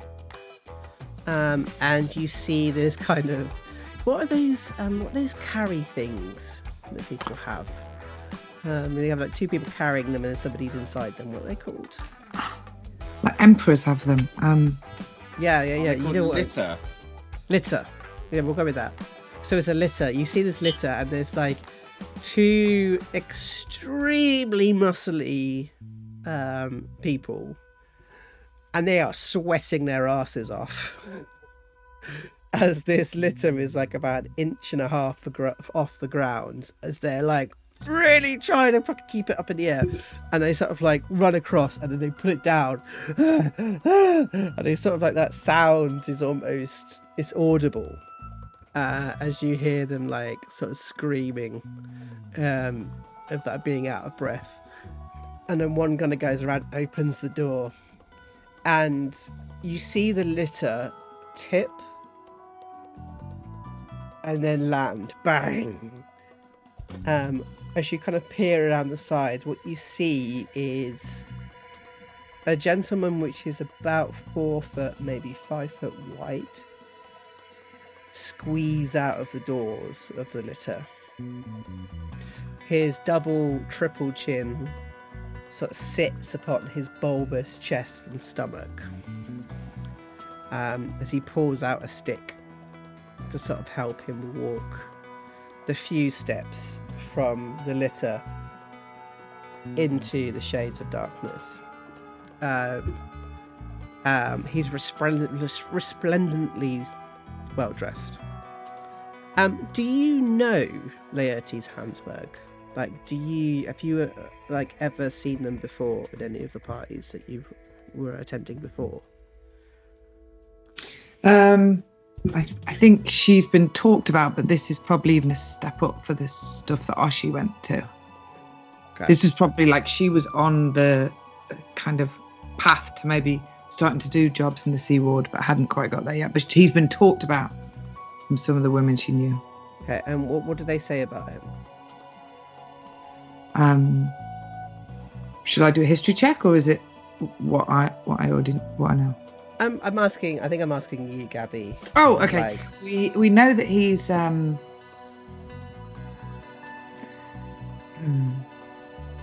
he's very decadent but quite kind, actually. But a lot of people seem to be they distance themselves from him because of like judgment that people have. Yeah, because of his weight and Yeah. everything else. Yeah. I think I see him as having there's the love of food in terms of the experience. Mm. Do you know what I mean? Like the cooking of it. I think he cooks his own meals. I think he enjoys people. I think he is ultimately a good person. But in terms of, then Oshi has heard him being spoken about, so he also must have been at these parties. Mm. Is there anything that Oshi might know, do you think? Well, I think she has heard that he's decadent in lots of other ways, not just food. So perhaps with the company that he keeps and maybe pays to keep as well. Mm-hmm. You know, he would pay for parties of multiple people and multiple he enjoyed people having a nice time around him as well, even if he couldn't always be involved. I see. Okay, I know what you mean. So you kind of see him kind of walk into the shop, and there's a kind of like a good another, I'd say, 10 minutes or so, and he comes out with a wonderful hat. Mr. Rob Thompson, what does the hat look like? It looks like... I was going to go top hat, but now I actually don't think it is. I think it's an extremely saggy hat. Like a floppy hat. A very floppy hat, yeah. I'm not even wide brim. Very, very, very small. But it sags down the side of his head, like a sad beanie. Okay, so sort of like flops down here. And what colour is it? It's lemon and lime. Okay. Lemon and lime. I think he's wearing, in that case, then he's wearing a cream and gold kind of poofy suit that sort of like poofs out at the shoulders. And then the waistcoat is sort of struggling with the buttons to sort of stay together. I think at this time, Oshi, you've kind of, during him being inside, you've kind of come around the side to kind of make your way as he comes out. So you begin to see you hear the bell. Bing, bing. I'm going to let you lead from here. And just to double check, the two gentlemen who are carrying his litter are still outside. Yeah, they're still there. They are drinking a lot of water. They're actually kind of topless, and their muscular bodies are sort of shining in the sun. That kind of sweat is sort of sitting on every single ripple. It's almost as if he's placed them. He's chosen those people. Do you know what I mean? Okay. So as she hears the door go, she will appear in front of the door, and she's struggling to breathe, and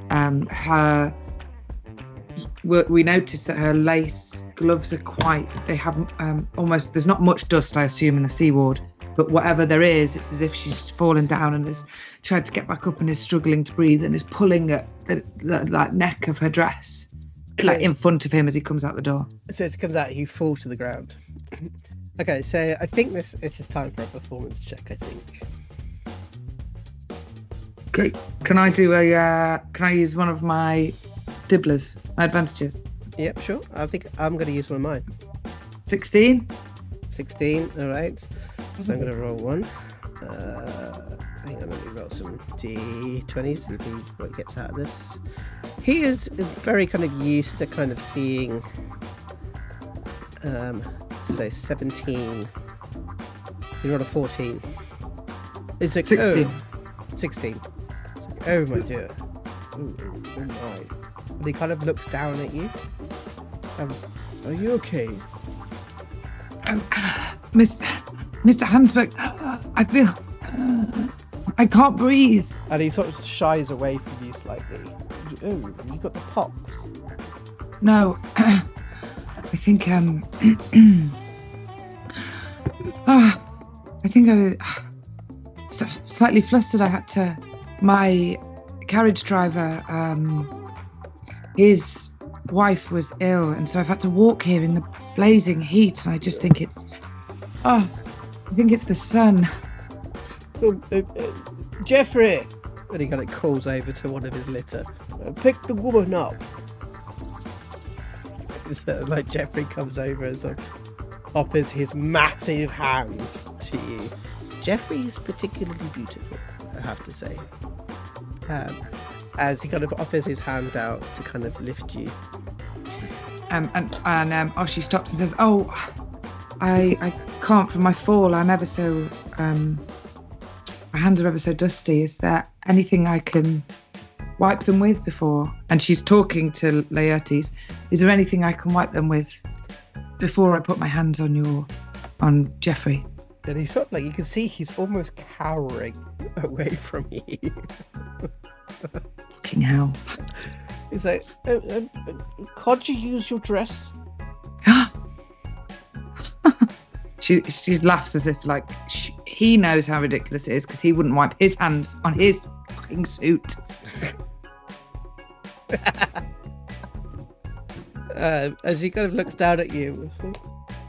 What do you want me to do about it? I don't know. Is there anything I could wipe my hands with? Perhaps some. Do you have any water? And he's like, oh no, I'm not going to give anything to you. But look at you. You don't have the pox. I don't have the pox. When was the last time that the pox came to the Sea Ward? Do you want to roll a persuasion, please? Okay. Crit! Oh! He's like, oh, I'm sorry. Of course. Look at you.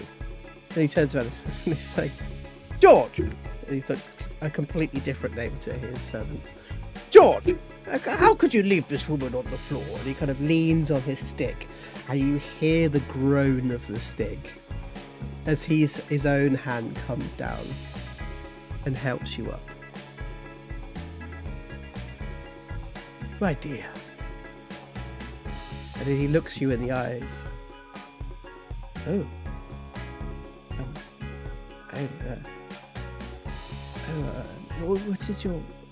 What is your name? Oh, well, thank you so much. Calvina. Calvina. Sorry guys, we're having problems again. Don't worry. Let's see if it'll stabilize. There we go. I think it's stabilized. Fingers crossed anyway. I'm just going to quickly tell everybody on the chat to refresh, because I think that might actually be a good idea, because of those who do not know. We've been doing it, ma'am. Okay, I just haven't had anything come up on mine. Okay, so kind of Calvina. And he kind of goes and he leans over to help you up with two arms. So his stick drops to the ground. As you realise that you're close to his chest here. Do you want to do a quick perception check?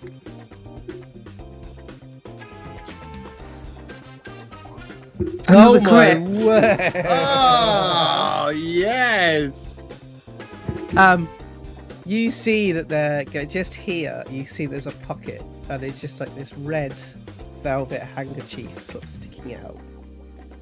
So as he kind of leans forward, your hand kind of comes up, and I'm going to give you advantage on this stuff of this sleight of hand.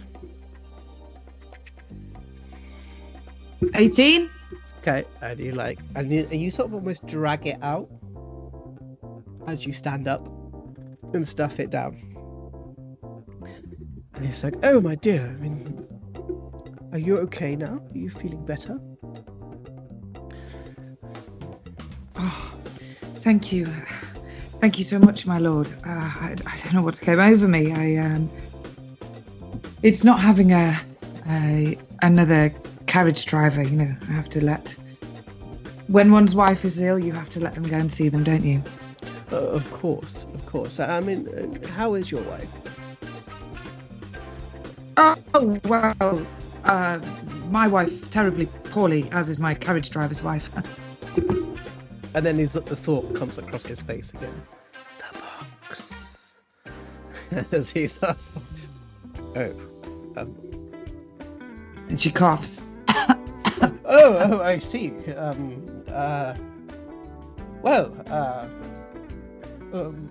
Good day. Good day, thank you, Jeffrey and George. And he's like, it's Anthony, and the other one's like, it's Andrew. And does she wave them off? Goodbye. Yeah. Bye bye.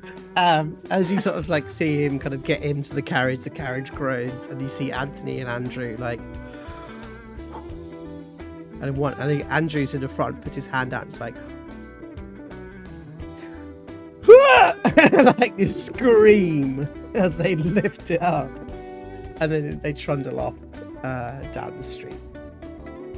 As we cut over maybe 4 blocks over to the great huge mansion that is the Neverember household. We'll see it from there.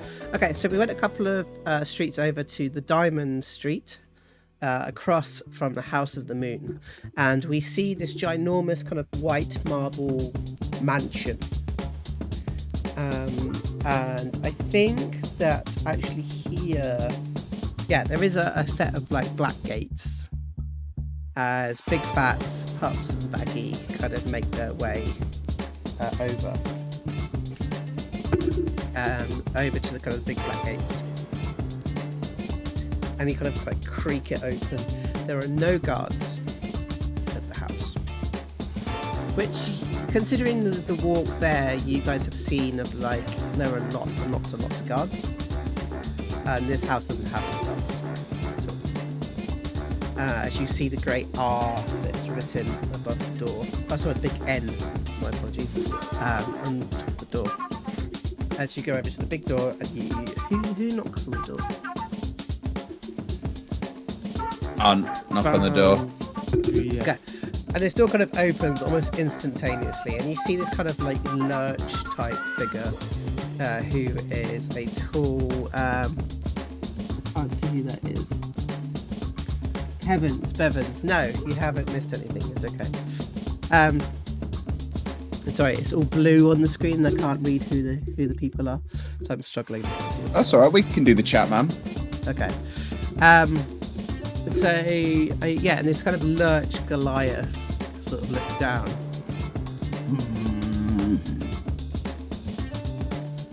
It looks down at Pups. Yeah, literally. Look. We're here to see Rain in Neverember. Like opens the door and gestures outwards. As you come into what you didn't really imagine, you thought that a mansion would be prettier than this. But it's clear that this is a very utilitarian sort of place. There's not really much gilded stuff. There's not very much sort of like gold and stuff. You can see that there's like these lightened frames, like lightened squares all over the walls, which looks as if a painting has been removed, leaving an empty space. As you look up the kind of the grand staircase, the air smells like musty and dusty, but there's no finery in this place.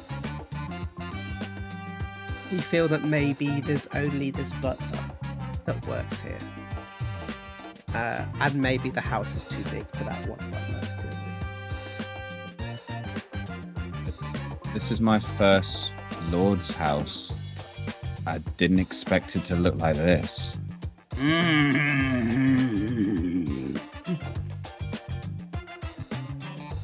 What's your Didn't problem? expect it to look like our house. And then you just hear this voice from above the stairs. Yes, I removed everything that reminded me of my father. And as you step, as they begin to kind of come down the steps, and it sort of stands there. It's this gingerhead Neverember. Renia sort of stands there. I wasn't expecting you. Thought you might have called ahead. Doesn't look like you were expecting any visitors for another couple of months. No lord wants to visit me. Why?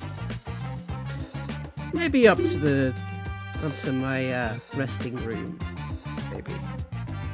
Before we talk about things like that. Does it have chairs? And he sort of nods towards Baggi. Of course. It does. Please. He kind of beckons you upstairs. You kind of make your way up the stairs and you come to these kind of double doors down a long corridor. And you see these big double doors, and as you push into the double doors, you can now see where the money has gone. As it's not necessarily in entertaining. Thank you very much. You're getting lots of resubscribers right now that I haven't seen for a long time, so thank you. So you as you come in, you can see where the kind of the money really comes from. As you see these are the rooms, these waiting rooms, these resting rooms, comfortable, extremely comfortable. There's glassware, there is bottles of booze, there's cigars, really good cigars, big Phatts, and some beautiful chairs, and there's a long desk. As he kind of welcomes you in, sort of like, please take a seat, my friends, please. No pocket dimension. Whoa, and he kind of like, whoa, okay. Yes, you can have a smoke. And I didn't quite catch what it is you wanted, Pups. Are we in a pocket dimension? No. Okay. And he kind of walks over and pinches your arm. Did that hurt? Yeah, I don't know what that proves. So you're not dreaming. That's a good thing. You're not in a pocket dimension. You're in my house. Okay. It's just So new to those me. smokes that you mentioned, mighty fine looking cigars over there. And he kind of like, oh. And he kind of opens them up. He's like, these are my father's. He was a big smoker. And he offers them over to you. Could you do an investigation check for me, please? Or is cigars arcana? I don't know. Like, what would you... That's intimidation. An intimidation roll. Smell this puppy. Hazel root. Yeah. They're Santa Hazels. But no one smoked them for a long, long time. I mean, I don't even know if the... I don't smoke myself, so I have no idea. But please, you're welcome to take the box. He takes the box and then just swallows the whole thing. Clunk, but takes one out. Yeah. No, he just goes straight to the rotates it into perfect position. Please take a seat. Baggi, would you like a drink or anything?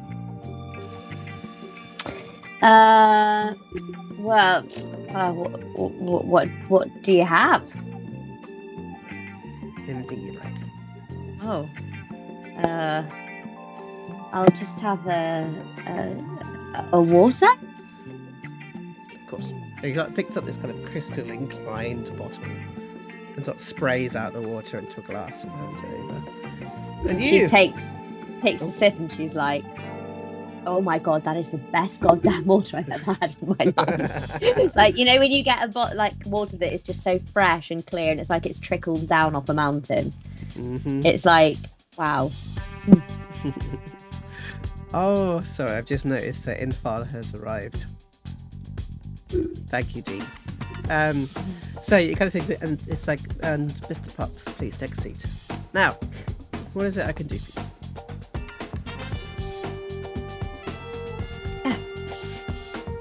Well, actually, it might be something we could do for you, maybe, as well. We had an idea of ways that we could possibly use our mana. And with an upcoming festival, I'm sure you know, obviously, about Guildhall Day and everything. Mm-hmm. We were wondering if maybe you would be willing to help us get something off the ground. Oh, you're looking for investment? Yes. Okay. Of sorts, yeah. Okay. So how much do you need? 3,000. 3,000. I'm not sure I can help you. What would it take for 3,000? A small miracle? You broke, never ember? Something like that. I'm sure that Can't you know tell by about the cigars. Well, I'm glad that they're kept because they are old cigars. Look, to be blunt, I spoke to you before about my father. And I said as people come in, as you came in, I don't get any visitors very often. No one wants to see me. I am disgraced.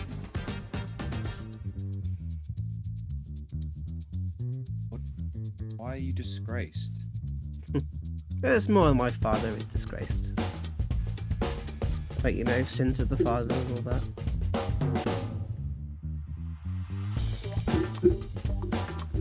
Can I roll a history to see if there's been any explanation previously about this, or is this new information? Yep, sure, go for history.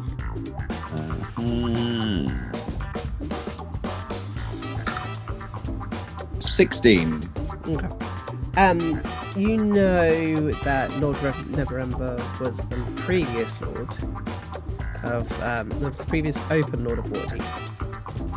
You're not sure why he might be dishonored or ashamed or anything like that, but you know that he was the previous Open Lord. That was it.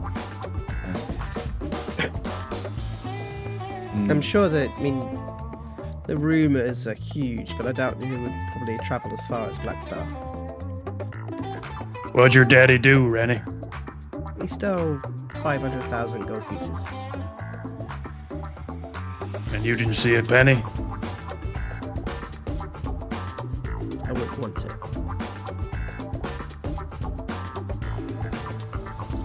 But I'm guessing you don't want to be disgraced for that much longer. To be honest with you, I don't give two tosses about the other nobles. But that means that I can't really loan you 3,000 gold pieces. Look, he apparently has stolen 500,000 gold pieces from the city of Waterdeep itself.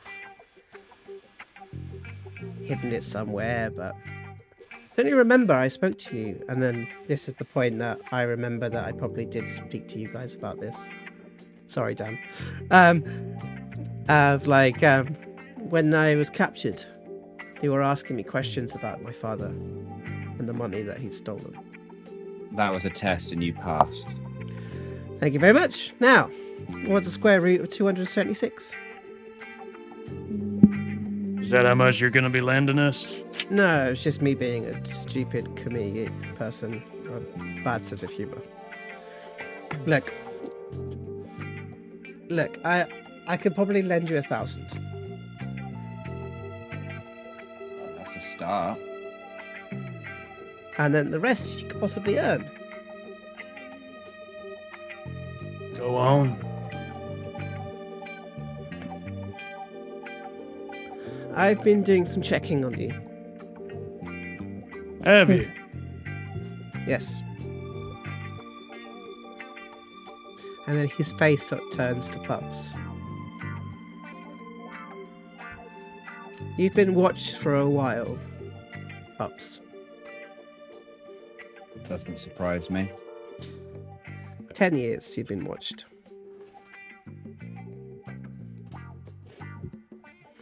My information tells me that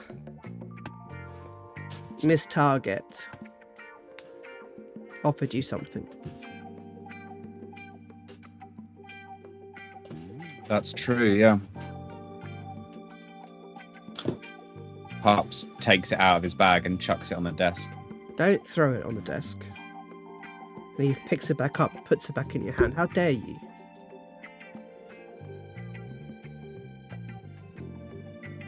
I apologize. You should. You never show that to anyone. Except for your trusted friends.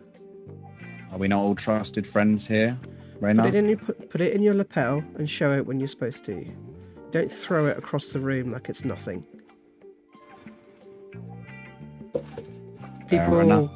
People have fought and died and done a lot of things in order to gain that badge. And you toss it across the side like it's a piece of gold coin. That's not how we do things.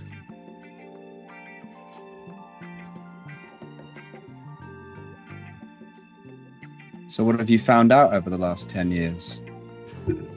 Me? Nothing. I sent a letter to find out if you were maybe trustworthy. I asked about 4 people. Well, the response I got was, you've been watched for 10 years.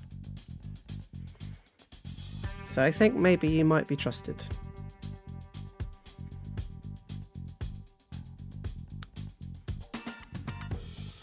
You mean to say that the Harpers have been watching Pups here for the last 10 years? He points over. And Baggi. And the other one that's not here, Oshi. I've been told that you never met your neighbour in Black Star Lane. No. A hobbled, one-eyed, one-armed, one-legged woman lived in that house, in that flat. No. Can't say it rings a bell, no. Because Miss Target watched you. What?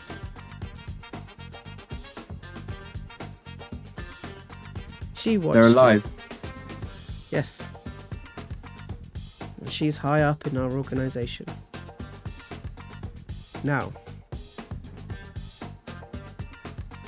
the question is 2 things. I can help you earn some gold to maybe pay towards your little bar, but maybe you can help us a little more. There's a lot of troubles in this city. A lot.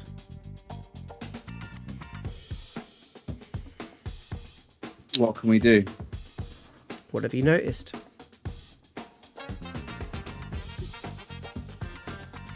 Well, gang warfare on the street, rising guard numbers, people talking about a dead lord. Casual cult worship. Cult worship? Yep. In what way? What cult? Devils, demons, and a whole lot of rich people. Mm-hmm. And then he kind of like sets back and he said rich people. Who in particular? Casalanters. Oh, fuck. And he sort of like rustles his hair.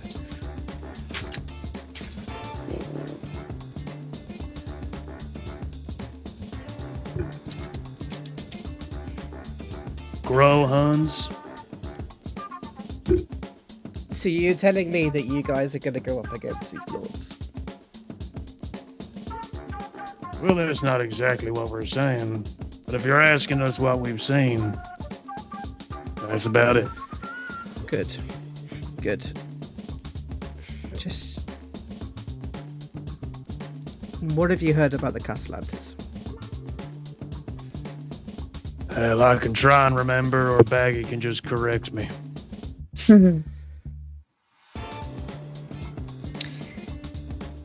We've heard they might have made some deals. With? Not people. There's plenty of not people. Anything more specific? Look, I'm not testing you, Baggi. I'm not trying to be a dickhead. I'm trying to help. Okay, we think they've made a deal with Asmodeus. And he sort of like takes him a second to take that in. Okay.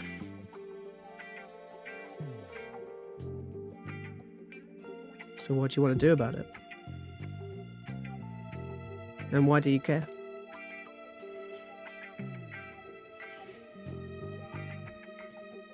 Because we were part of their institute, and we know that their institute is part of something massive, huge, and innocent people are being affected by it. And if nothing is done, it will continue. Do you mean the school? Yeah. Right. Okay. Amongst other things, I'm sure. But it all seems to come back to the Castellantas. And what we need is some social standing. I see. So you're not as silly as I thought. Thank you. I didn't mean that in that way. I'm sorry. My apologies. He kind of puts his hand up and sits down on his chair. It's like, look, this is a lot. I thought that when you mentioned the Castellantas that you were looking to go for them. And that is a big mistake. Big mistake. You are A, not ready for them. And B, the law will not be behind you. You will die. Either by their hands, their guards' hands, or by the city guard itself. You do not want to go after the Castellantas now. We know. Good. And that's why we need your help. Okay. We have a plan of sorts.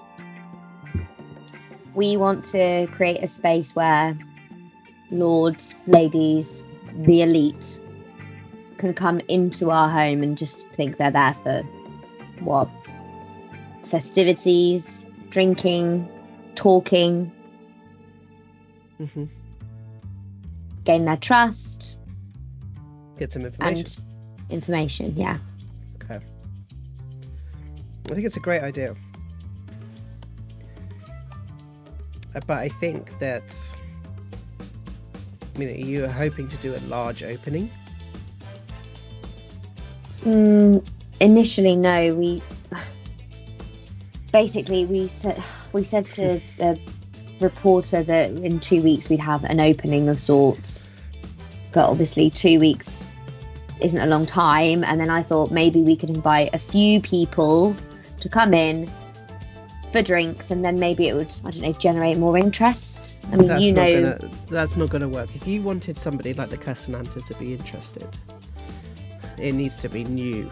It needs to be fresh. It needs to be something that nobody else has experienced. And what has no one else experienced? A new bar. If anything, I would offer them a private session. You think they'd come on their own? They'd bring a party. Would we have to have any sort of devil worship? I very much doubt that they would do that publicly. No, but could be a space for them to think it's all right. If you wanted to push that particular narrative, maybe. One thing I would say, having not known that you are a disgraced lord, and whilst I am appreciative of your generous investment that you are willing to put into the establishment, I think for the sake of business and for the sake of excitement, that you are an anonymous lord who is Fair investing. Fair enough. Well, but I would like, I mean, I'm giving you this money because you saved my life.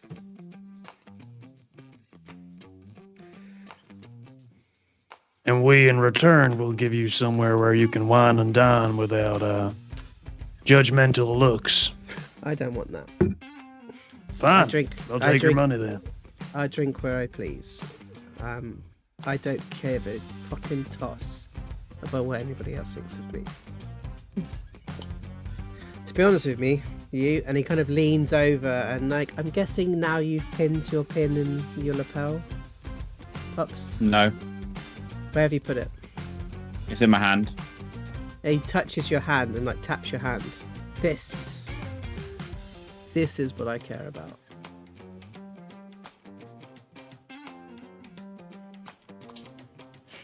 So what can we do for this? And he opens his hand. What can we do for you, Rainier? What do you want? Me, not for me.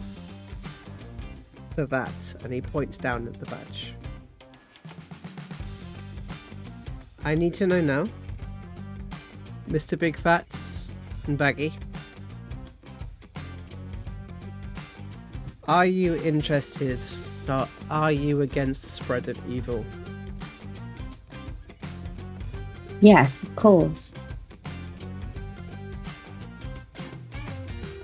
It depends. He then turns to Pups and Baggi. You two, I have a job for you. Why just us? Because your friend has not answered the question correctly.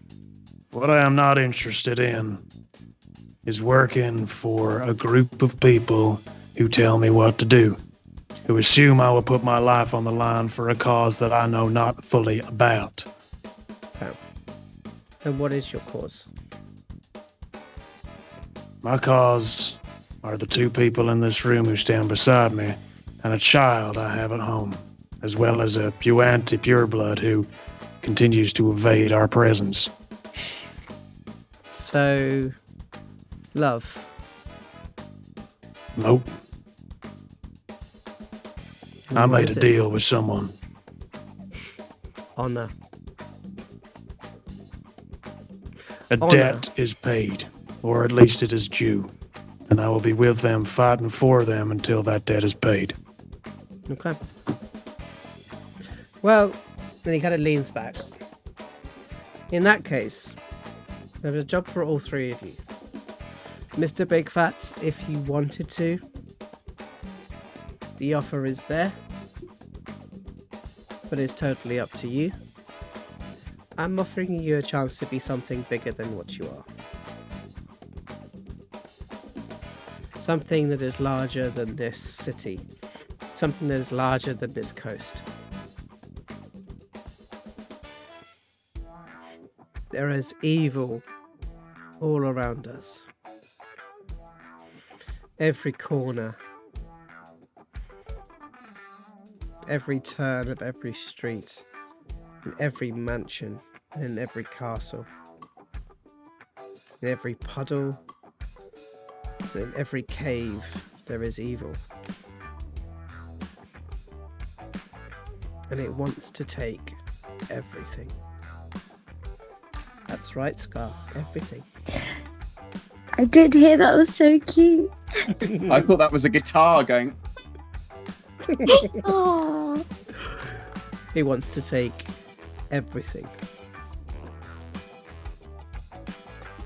And we are aligned against that.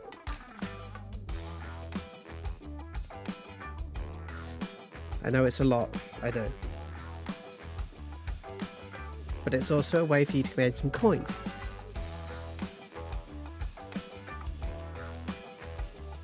I mean, what? So, Phatts.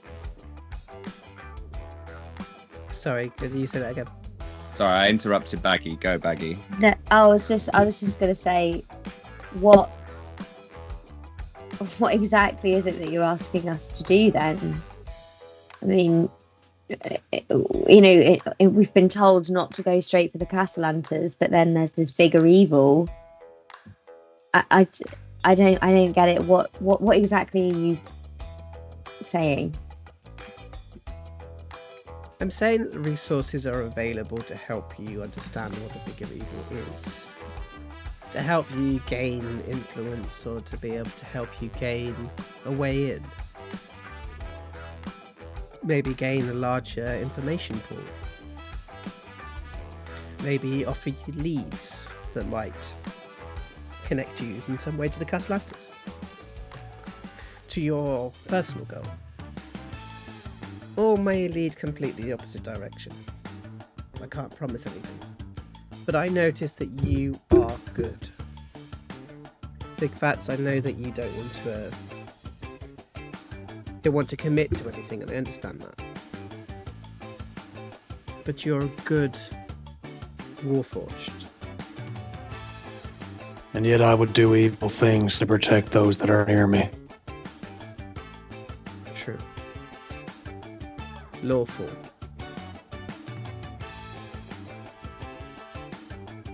Only time will tell. Yes. I can't promise that I am solely good. Not. But God, if I notice, if I know what evil is, I know it. And I know that I would like to stop it. You speak of Asmodeus. Do you really think the three of you, maybe the four of you, can take down something which is akin to a god?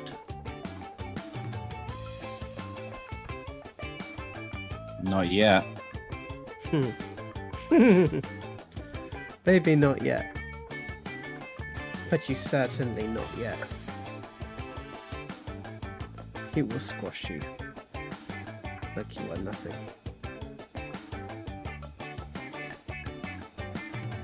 The Castellantis will squash you like you're nothing. And they're here on the mortal plane. They are not gods. And they will squash you like you are nothing. You started this conversation talking about 1,000 gold for your business. Your business, your building will be nothing. You must take it slow.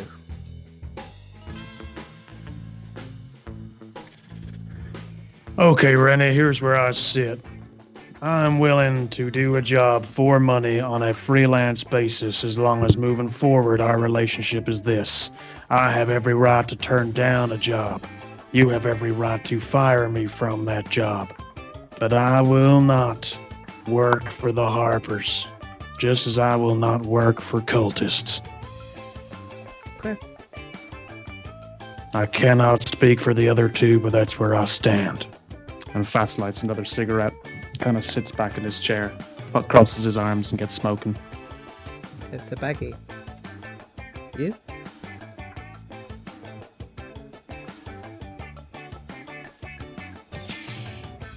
Big Phatts makes sense. I will work for you, but I'm not going to start working for you. I'll do these jobs when I can do them, if I can do them, if we think we can do them. He leans over to Pups. You? When I was given this badge, it filled me with hope. This is probably the longest thing that I've held on to my entire life apart from this. And he touches his purple pendant. I want so badly to believe in this. I really do. What I struggle with is the need to commit fully and wholeheartedly for a cause that I don't understand and you're not forthwith to explain on a job which we don't know about yet. He shakes his head. He puts out his palm. Hand it back.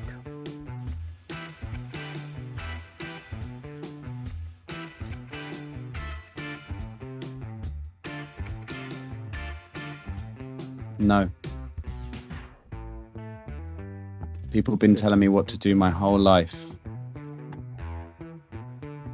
I want to find an equal in this world, not another person who's gonna just tell me what's what and talk to me like I'm nothing. I'm not talking to you like you're nothing. I'm introducing you to something. Miss Targa didn't have the time to tell you all of this. She knew that you were a good person. The fight of good and evil is universal. The fight of good and evil means nothing of rank. I have no rank over you. You have come to me for a job. What is the job? The job is literally going into the field war to sort out some ruffians. However, I'm less inclined. I am going to report back, and I am less inclined to offer it to you.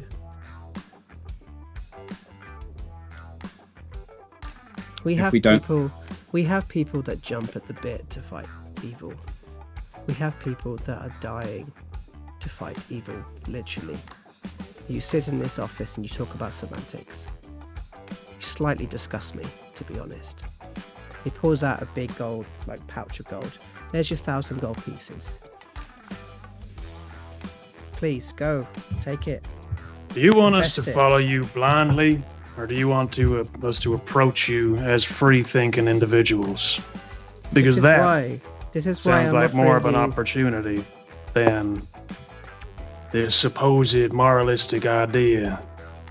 If the Harpers are everything that you say they are, then I would want to be a part of that on my own terms, where I get to decide. Pups and Baggi get to decide whether this is a cause worth fighting for. Secrecy and illusion is not going to win us any favors. I don't know where the secrecy and illusion has been, Big Phatts. I've been very, very open with you. I've also offered each of you a separate decision, have I not? You have. The But this goblin morals- just poured his heart out. He did. He did. But he didn't offer what was needed.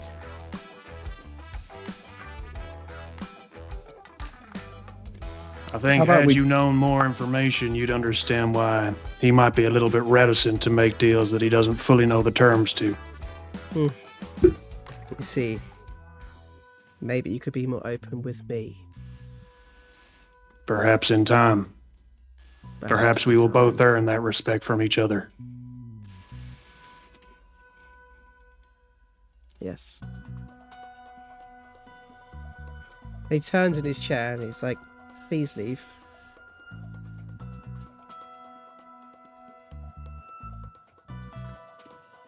Pups turns and walks. This job in the field ward. Would you like us to do our own investigating? Don't worry about it. The job is no longer on the table. It's obviously not for you. Please leave my house. Then keep your gold. And Phatts gets up and leaves. Okay.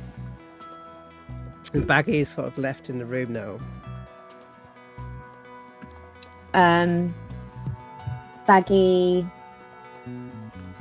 pauses at the moment and then turns to Raina and just sort of kind of laughs in a way to herself.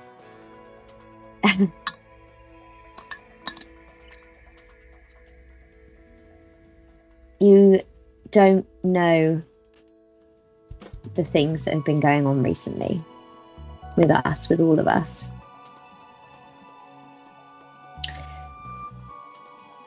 And there's been a lot, and there's been a lot of changes. And one thing I will say is that we are always cautious about making deals. And he I sort of apologize. He spins around his chair at that point, and you carry on, as you see him face to face. I apologize if you think we're being ungrateful It's not that. I think that you think I'm being untrustworthy and I'm not.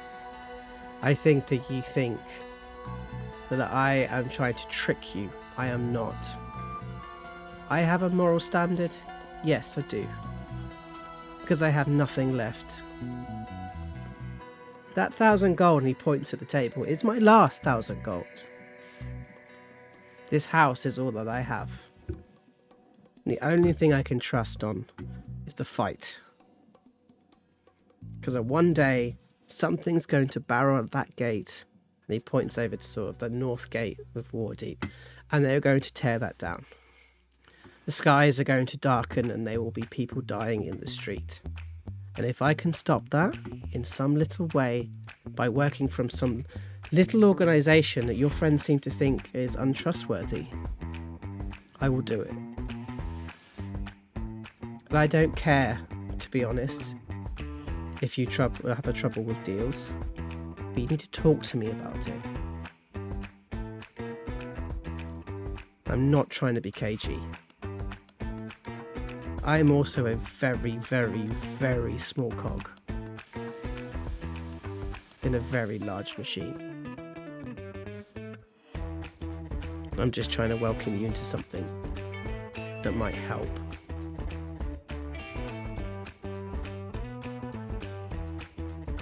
I think ultimately that's what we want to do. I know. But when I get responses, and he kind of like points towards Pups' chair, but I think that's the one he's most disappointed with. He is the Harper in the room.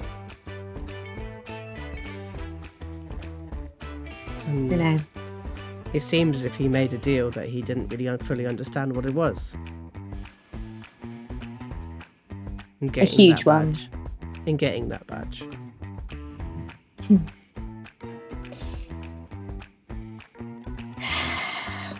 I mean, as far as I'm aware, he must have been what? Well, he would have been 8 years old with that deal. 8 years old, you don't know what you're signing yourself up to. He still doesn't understand. He's made mistakes. He's made huge mistakes. And fighting for good against evil is not one of them.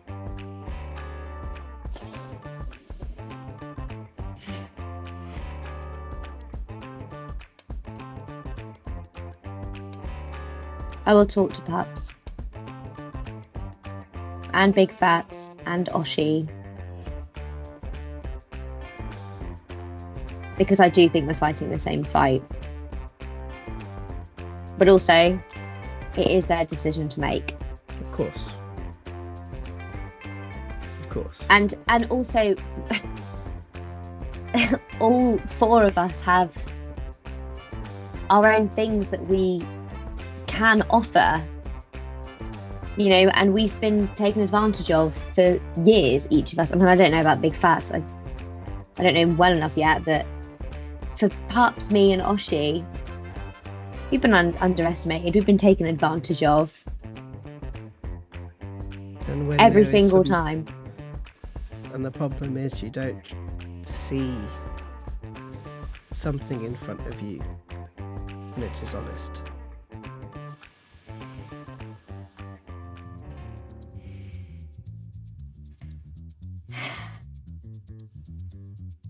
I do trust you. I do. I think you could be a huge asset to us. And I think you're right that you are fighting the same fight. And I can be of help to you. I know I can. I just know it.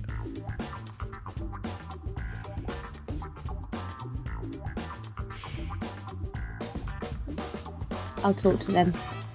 Thank you. And Baggi finishes her water and places it down on the table and just turns and says,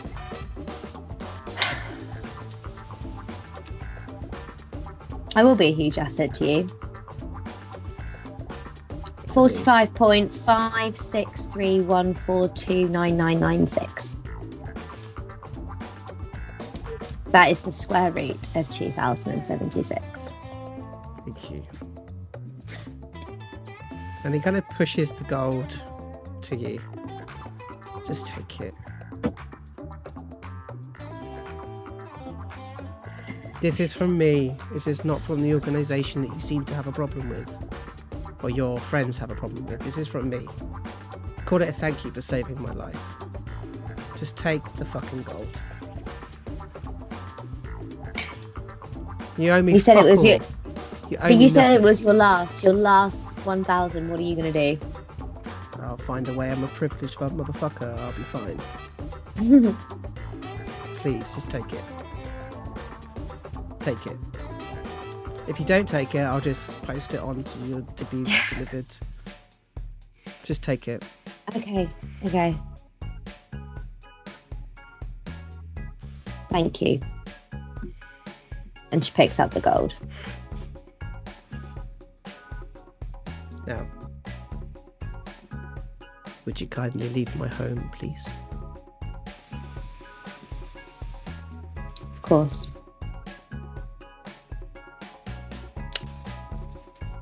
And silently, she turns and leaves. Okay, so you guys have kind of like stormed your way through and got outside. I think as Baggi comes out the door, Pups is just like against the side of Big Phatts and is inconsolably sad. Could we do before the Baggi comes out bit? Yep, that's what I was If we have hoping. time. Yep. Yes, please. I was hoping that you would. That was why I was kind of explaining you guys got out. Lovely. I think you did good. I just wanted to know what was going on. I know.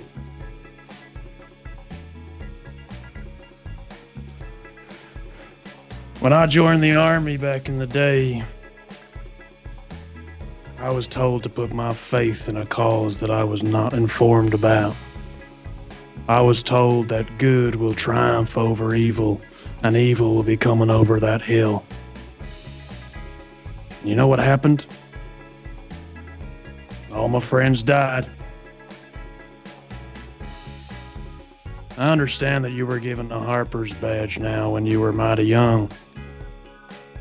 I also understand that you may not have known what it was at the time. But I think you held your own in that room.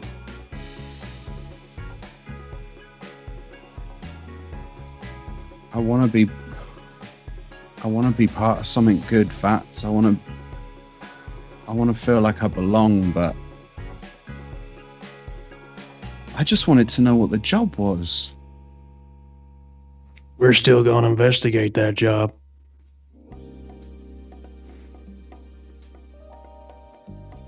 Yeah. I guess, you know, when they say like, I just feel like I just want to look forward to something and it come true, you know? And he just like clutches, like he's clutching the badge, like really like close to him. Just, I've been thinking about this. I've been scoping out this place for days. Like, I got that handshake from him, and I was like, oh my god, this could be it.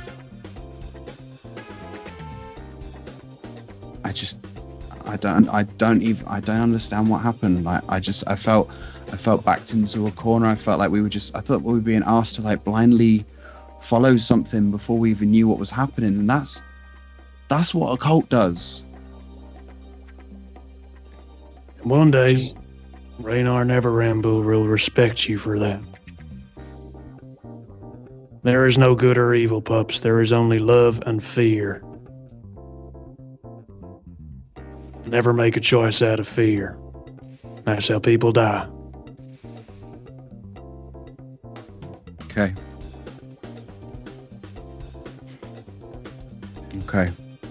A couple days ago, you told all of us some pretty heavy news. And whilst Baggi and Oshi may take time to thank you for that, or to forgive you for that, I sure as hell bet they respect you for saying what you did. Because that weren't easy. No. Oh, I don't feel so good. You don't have to. But I suggest you hold on to that badge. And Pups, puts it into his pouch. This is not how Sorry. This is not how I expected today to go. Then the front door opens up and Baggi stomps out. Do you think that's kind of... Yeah, stomps, yeah. Naturally stomps. stomps. Actually stomps out.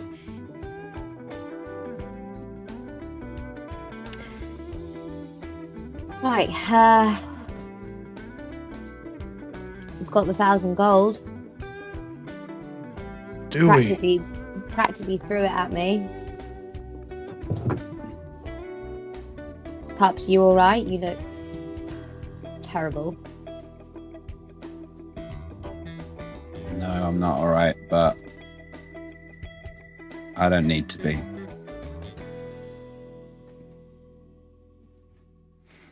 Okay, right. We need to find Oshi wherever she is. And we need to have a chat.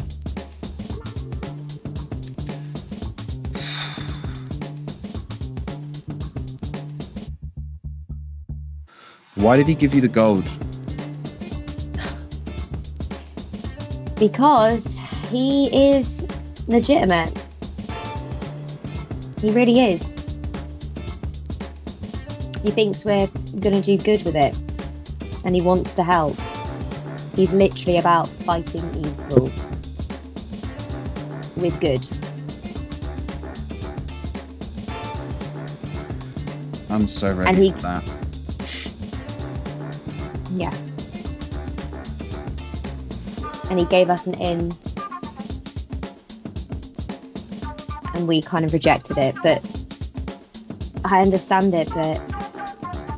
I don't even think I rejected anything. I just had to ask the question. I know, but for him, it's like, why wouldn't you? It's all he's about. It's all he sees. I thought he was going to be more pompous than that, but he doesn't care about titles. He clearly doesn't care about money.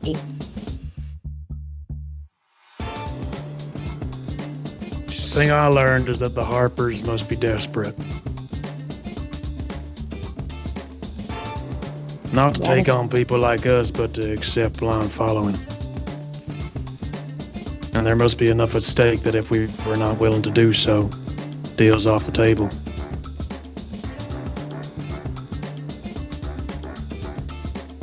I feel like we gave up a lot of information and we didn't really get much back.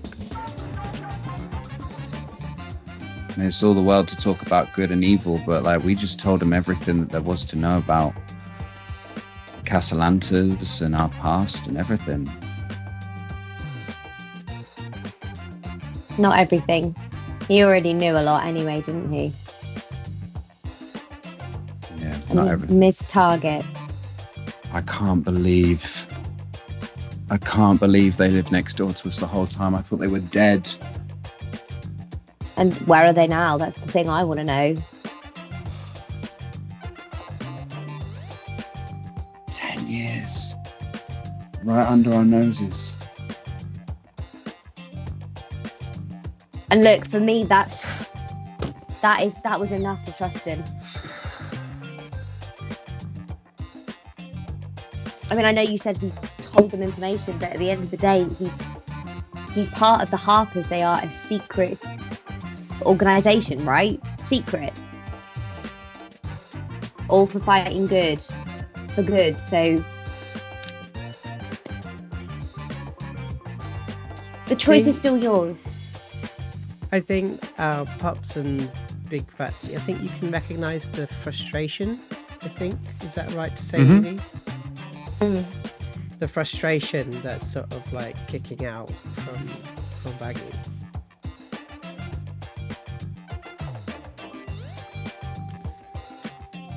I was so up for doing this job, Baggi. I just got thrown out of this place. That was devastating. I didn't want to leave. I didn't want to give up the badge. I still have the badge. I want to fight for good. I also want to be able to ask why. And Baggi, you look up and you see the front door. Mhm. And your hand almost instantly kind of points up towards the door.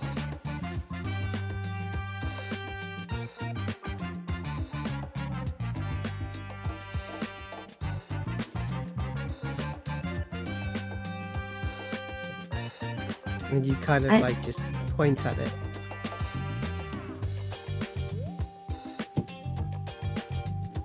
What do you say to him?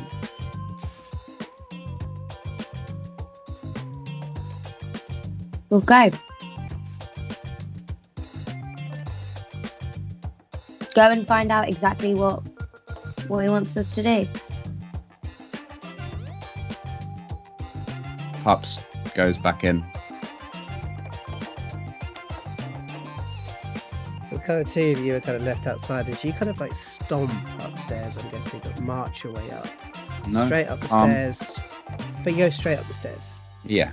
That's what I mean by stomp, is that your direction. The door opens and you see him sat at the desk. How does he look? He is looking like how you feel. Dejected. He feels as if the four people... Actually, do an insight check for me. Okay.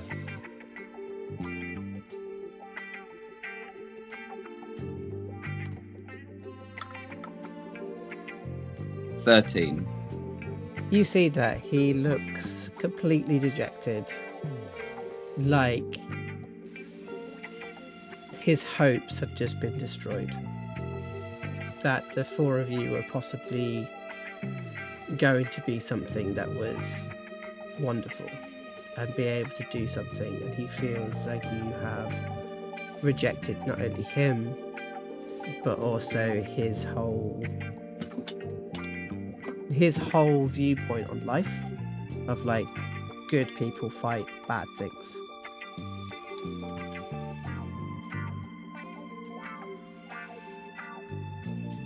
What do you want?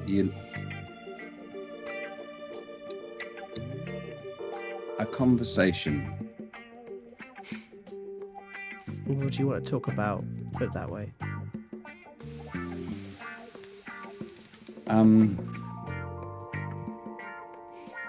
I'd like to know what you would have liked us to do. You said there were ruffians involved. Look, I've got to be honest. I can't. There's a moment where he just pauses.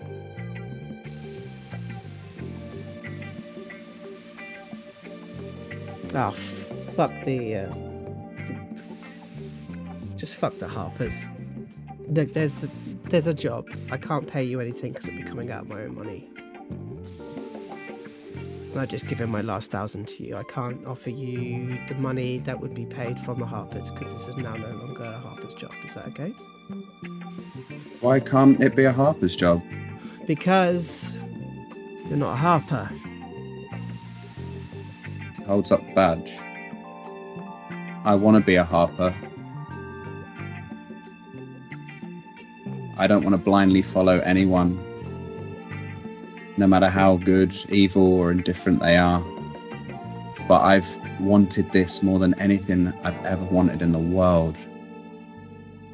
Why? Why have you wanted this more than anything in the world? Because Ms. Target was the first person and probably one of the few people outside of my friends that talk to me like a person, not like a child, not like a slave, not like I was any less than. And she made me believe that I was capable of doing something more, something better, something good. And that's why I wouldn't let you. You were going to have to kill me if you wanted to take this out of my hand. That's how much I'm in on the Harpers.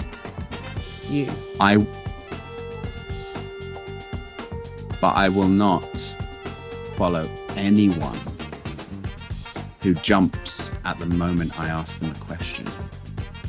That is not what happened. I asked you the question. Ask me again. Question. Are you interested in fighting evil? I'm more than interested. His hand comes out. And he shakes, he grabs hold, he puts his hand out. So, please.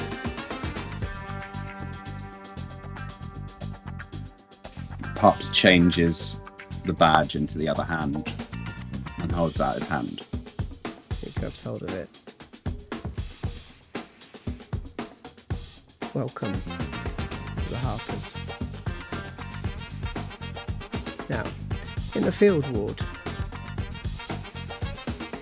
I'm not sure if you know, obviously you've talked about it before, but the Zentarum and the Xanathar guilds seem to be at war. It seems if they've pulled the field ward, the poor field ward, into this.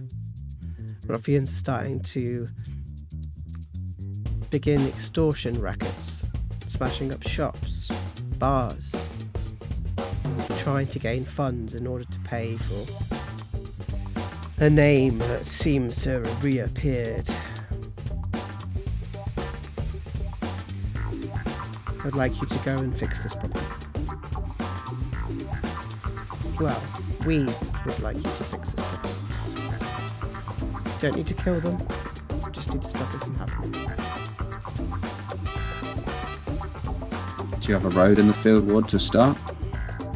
Yes. If you make your way up to the Burnt Inn Street, there's plenty of smashed up shops there and people that might talk to you.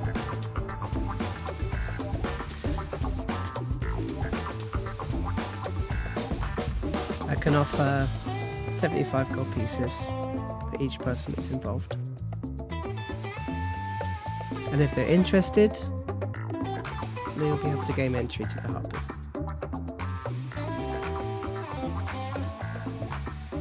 I thank you. I accept this job. And I really want to trust you and the Harpers and the entire organisation. I hope you can understand that is just going to take a little bit of time. We don't expect you to trust us straight away. There comes a point in which we ask you to trust us. I'm at that point, you are not. But I will say, it feels as if your Warforged friend is distrusting of any organisation.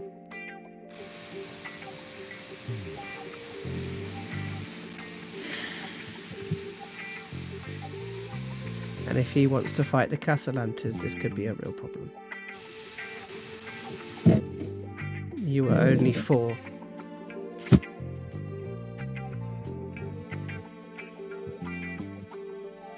He has to learn to trust. I think we all need to learn to trust. I trust you. And I trust you. I appreciate that. I trust Baggi. I trust Big Phatts. I trust Oshi. I mean, I don't know if that's a mistake, but I do.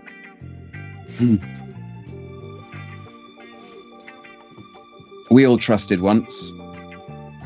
And being... So did I trusted my father. And he fucked me over completely. In every single way, shape or form. He screwed this city over. And he laid waste to the possibilities of evil. He stole from this place. He stole from this city. I trusted him.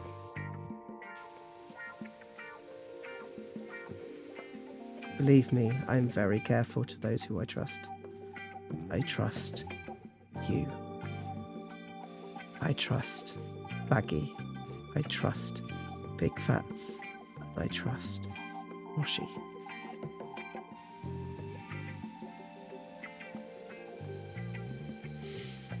That's a good start. It is. I'll let you know when it's done.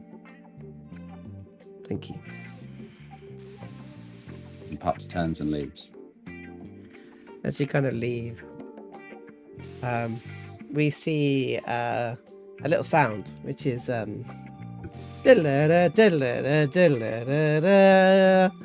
you look down at your sending stone. And what does it say, Oshi?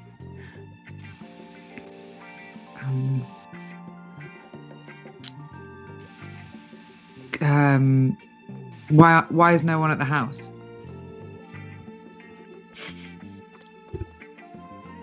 And Pup says, what was the name of the road that we were asked to start at? That is Burnton Street. That's the one. Pups just writes, just enchants back. We're out of coffee. Meet us on this road.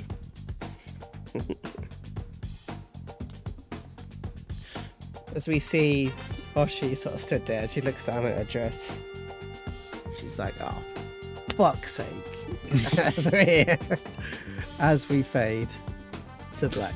Okay. Woo! Okay. Oh, it's always so intense with you guys. It's like, why can't we just have a meeting which is nice and easy? It's just like, hey, take a job, do it. It's fine. Take the money, take the job. We might be the evil we're fighting again. So distrusting. Come on. God. We might be the evil fuckers that are trying to fight. Oshi would have been like, give us a grand, give us a fucking job, let's go. Yeah, right, fight evil. They're the good ones. We don't need to be scared of them. Come on. It was so good though. It all made so much sense. Amazing. It was so good. It was so much good. fun. I'm sorry that we kind of like literally left you out, Gabby, for like, what's that, an hour? Of those So conversations? it would have been short anyway. She'd been like, yeah, in her head, like, ooh, don't care. Or it made deals with everyone. maybe not Asmodeus, but everyone. Definitely, this other guy on the street, somebody, the hot dog guy, like whatever. But interesting though, I found that really, really interesting. And actually, I found the interesting idea of like good hero. I don't know if that kind of comes through of like. I was kind of playing with this idea of like, are all heroes good? And I think Big Phatts is sort of completely encompassed that of like, you don't need to be good to be a hero. Like, yeah, totally. Yeah, I found that really, really interesting. But I think for what is interesting is how other people read things. And like how for Neverember, the good is everything. Like that is his rock. And I think maybe it's about us looking at more maybe using more insight. Maybe we should use more insight from people when we're talking to them and see what their importance are, what they enjoy, what they think the most important parts are for them. But I found that super interesting of like, because I honestly thought in my head, I was like, okay, I'll present a good thing to you guys because you're all good. Like, you are all good. Even Oshi is good. Like, so if I present something good to you guys, maybe you go for it. And actually, that black and white isn't certainly what Big Phatts isn't interested in. Black and white just seems too good to be true. Yeah. I know what you mean. I know what And you it mean. just feels like fingers are crossed behind the back. And especially not only knowing Raynar for a short time, it's a very big cause to just go, yes, cool, I'm involved in. Kind of a thing. Yeah, I was excited by that, though. I think it's good. I think it's interesting as well in terms of Big Phatts as well, like that distrusting of the higher echelons of an organization, whether that be generals, marshals, or whatever, or somebody who's part of a secret society. Like, people who make orders and those who carry it out makes complete sense for Big Phatts. Because in war, you don't fight for a cause, you fight for your brother or sister beside you. Yeah. Yeah, there is no cause. There's not just a good old cause. You know, you join up for the good old cause, but you fight for the person next to you. Do you know what I mean? And like, I found it interesting, and then having the conversations with Baggi, and it's actually more human. And actually, the only member that I can see here is Pups. Do you know what I mean? Like, who's actually pledged it is Pups. Yeah. Who is absolutely shades of grey, Yeah. but just didn't say anything. But it's not about you, and I think this is what's important. If, like, it's not about you. You could be a murderous motherfucker, but if you kill demons, you're in. Do you see what I mean? Like, they don't care about anything other than the fact that you're killing evil. Ooh, Yeah, isn't it? And that that's feels really literally what- fanatical. But that's literally what I thought in the literally last 30 seconds of, like, they don't care. They just want evil to be gone. They want demons to go, they want devils to disappear, they want the evil force to go. To make sure it doesn't have a foothold somewhere. Well, it's that thing, isn't it? It's like, when do you become so obsessed with a cause that you actually become the bad guys? Exactly. It's like, okay, would they blow up a school to kill a demon and kill all the kids inside of it? Possibly. Like, Would you, that's... when we saw it in season 1, would you kill a lot of troglodyte children in order to stop for troglodytes to continue? Yeah. I'm just imagining that Mitchell and Webb sketch for, like, the Harpers badge. Like, are we the bad? Are we the bad guys? Yeah. Are we the baddies? Have we got skulls? There's skulls on here. I was expecting you to flick that badge and drop it on the desk and go, fuck this, and be done with it and be fine, and that's cool. I was absolutely expecting you to do that, because if you don't want to be part of this, you don't have to be. And I think that's also what he was trying to make it clear of, like, this is your choice. You don't have to do this. That's why he gave the 1,000 gold to Baggi. That 1,000 gold is separate from this other thing. I think the difference was in that second one is I didn't see the Harpers. I saw someone who was hurt. And was like, okay, you're hurt, I'm hurt. We can both be hurt, but we can also still both work together. And I don't think that he was considering it as his deal or his conversation. He was considering it as he was a vessel. That's what I mean. Like, here's the Harpers over here, but what we're dealing with here is a hurt human, or a hurt. Is he a human? Yeah. And it's like, okay, so let's have that. Let's deal with the Harpers on one thing, but also let's, like, sit and understand this person. And and that was because the Harpers are more important than this conversation to Pups. Like, it's gonna. Like, the only reason Pups left is because he was thrown out. Like, he was told to fuck off and leave and, like, give me the badge and everything like that. And then so... It's that thing of, like, the question, isn't it? The question of, like, are you interested in stopping evil? That is the question. And it was an ums and an ahd in the first round, and he was like, well, then you're not. You're not. If that's a question, you're not. If you hold that as go, maybe, then you're not. Because he has nothing left but this fight. That's it. That's all he's got. So for him, if you have to think about it, you're not right for it. Oh, dangerous thoughts. So good.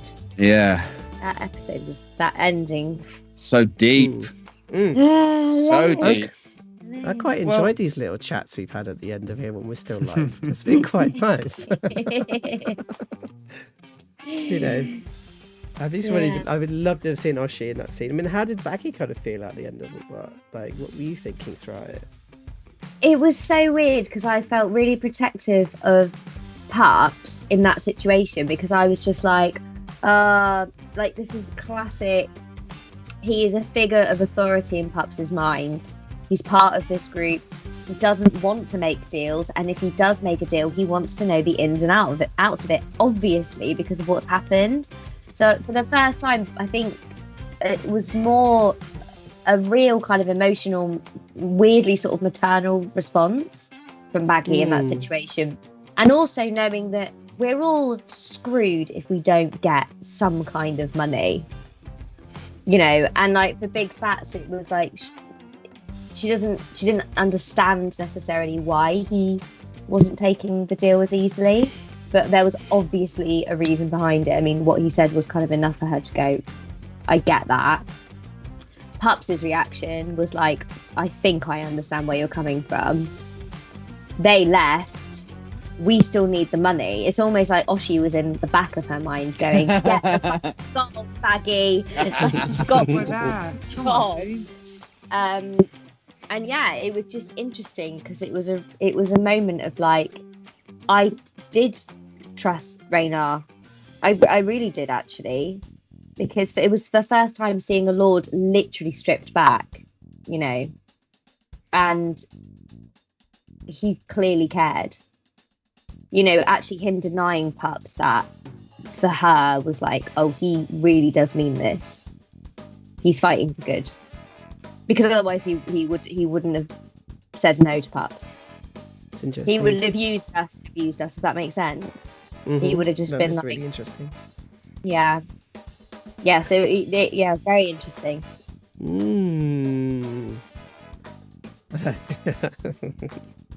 All right, well, I think we've gone over a little bit longer than we usually should. I'm really enjoying these little chats afterwards. Maybe it's the scrumpy, I don't know. But I've thoroughly enjoyed this evening. Thank you for sticking with us. Thank you to Mr. Dean for bringing people over on a raid. I also wanted to thank another raid that came through, which was... Sweet Sims. Sweet Sims. Thank you so much, Sweet Sims, for coming over as well for a raid. But do stick with us, because if you fancy a little bit of a dance party, there's a very good friend of ours who has got a lovely DJ set going on. We're going to jump over and raid. Is that right, Mr. Dan? Yes, so very good friend of mine, Bo Bentley. It's also her birthday, so please, when we're going to raid in a second and playing out the banging tunes, I was listening to it in the break and having a proper little boogie. Just as you all arrive there, just wish her a happy birthday from all of us. And I will set up that raid whenever you are ready, sir. Wicked. Well, thank you very much, everybody. We're going to jump to the credits, and I'll see you guys next week for another exciting episode of Waterdeep Mallrats Dragon Heist. See you later. Mwah. Bye. Bye.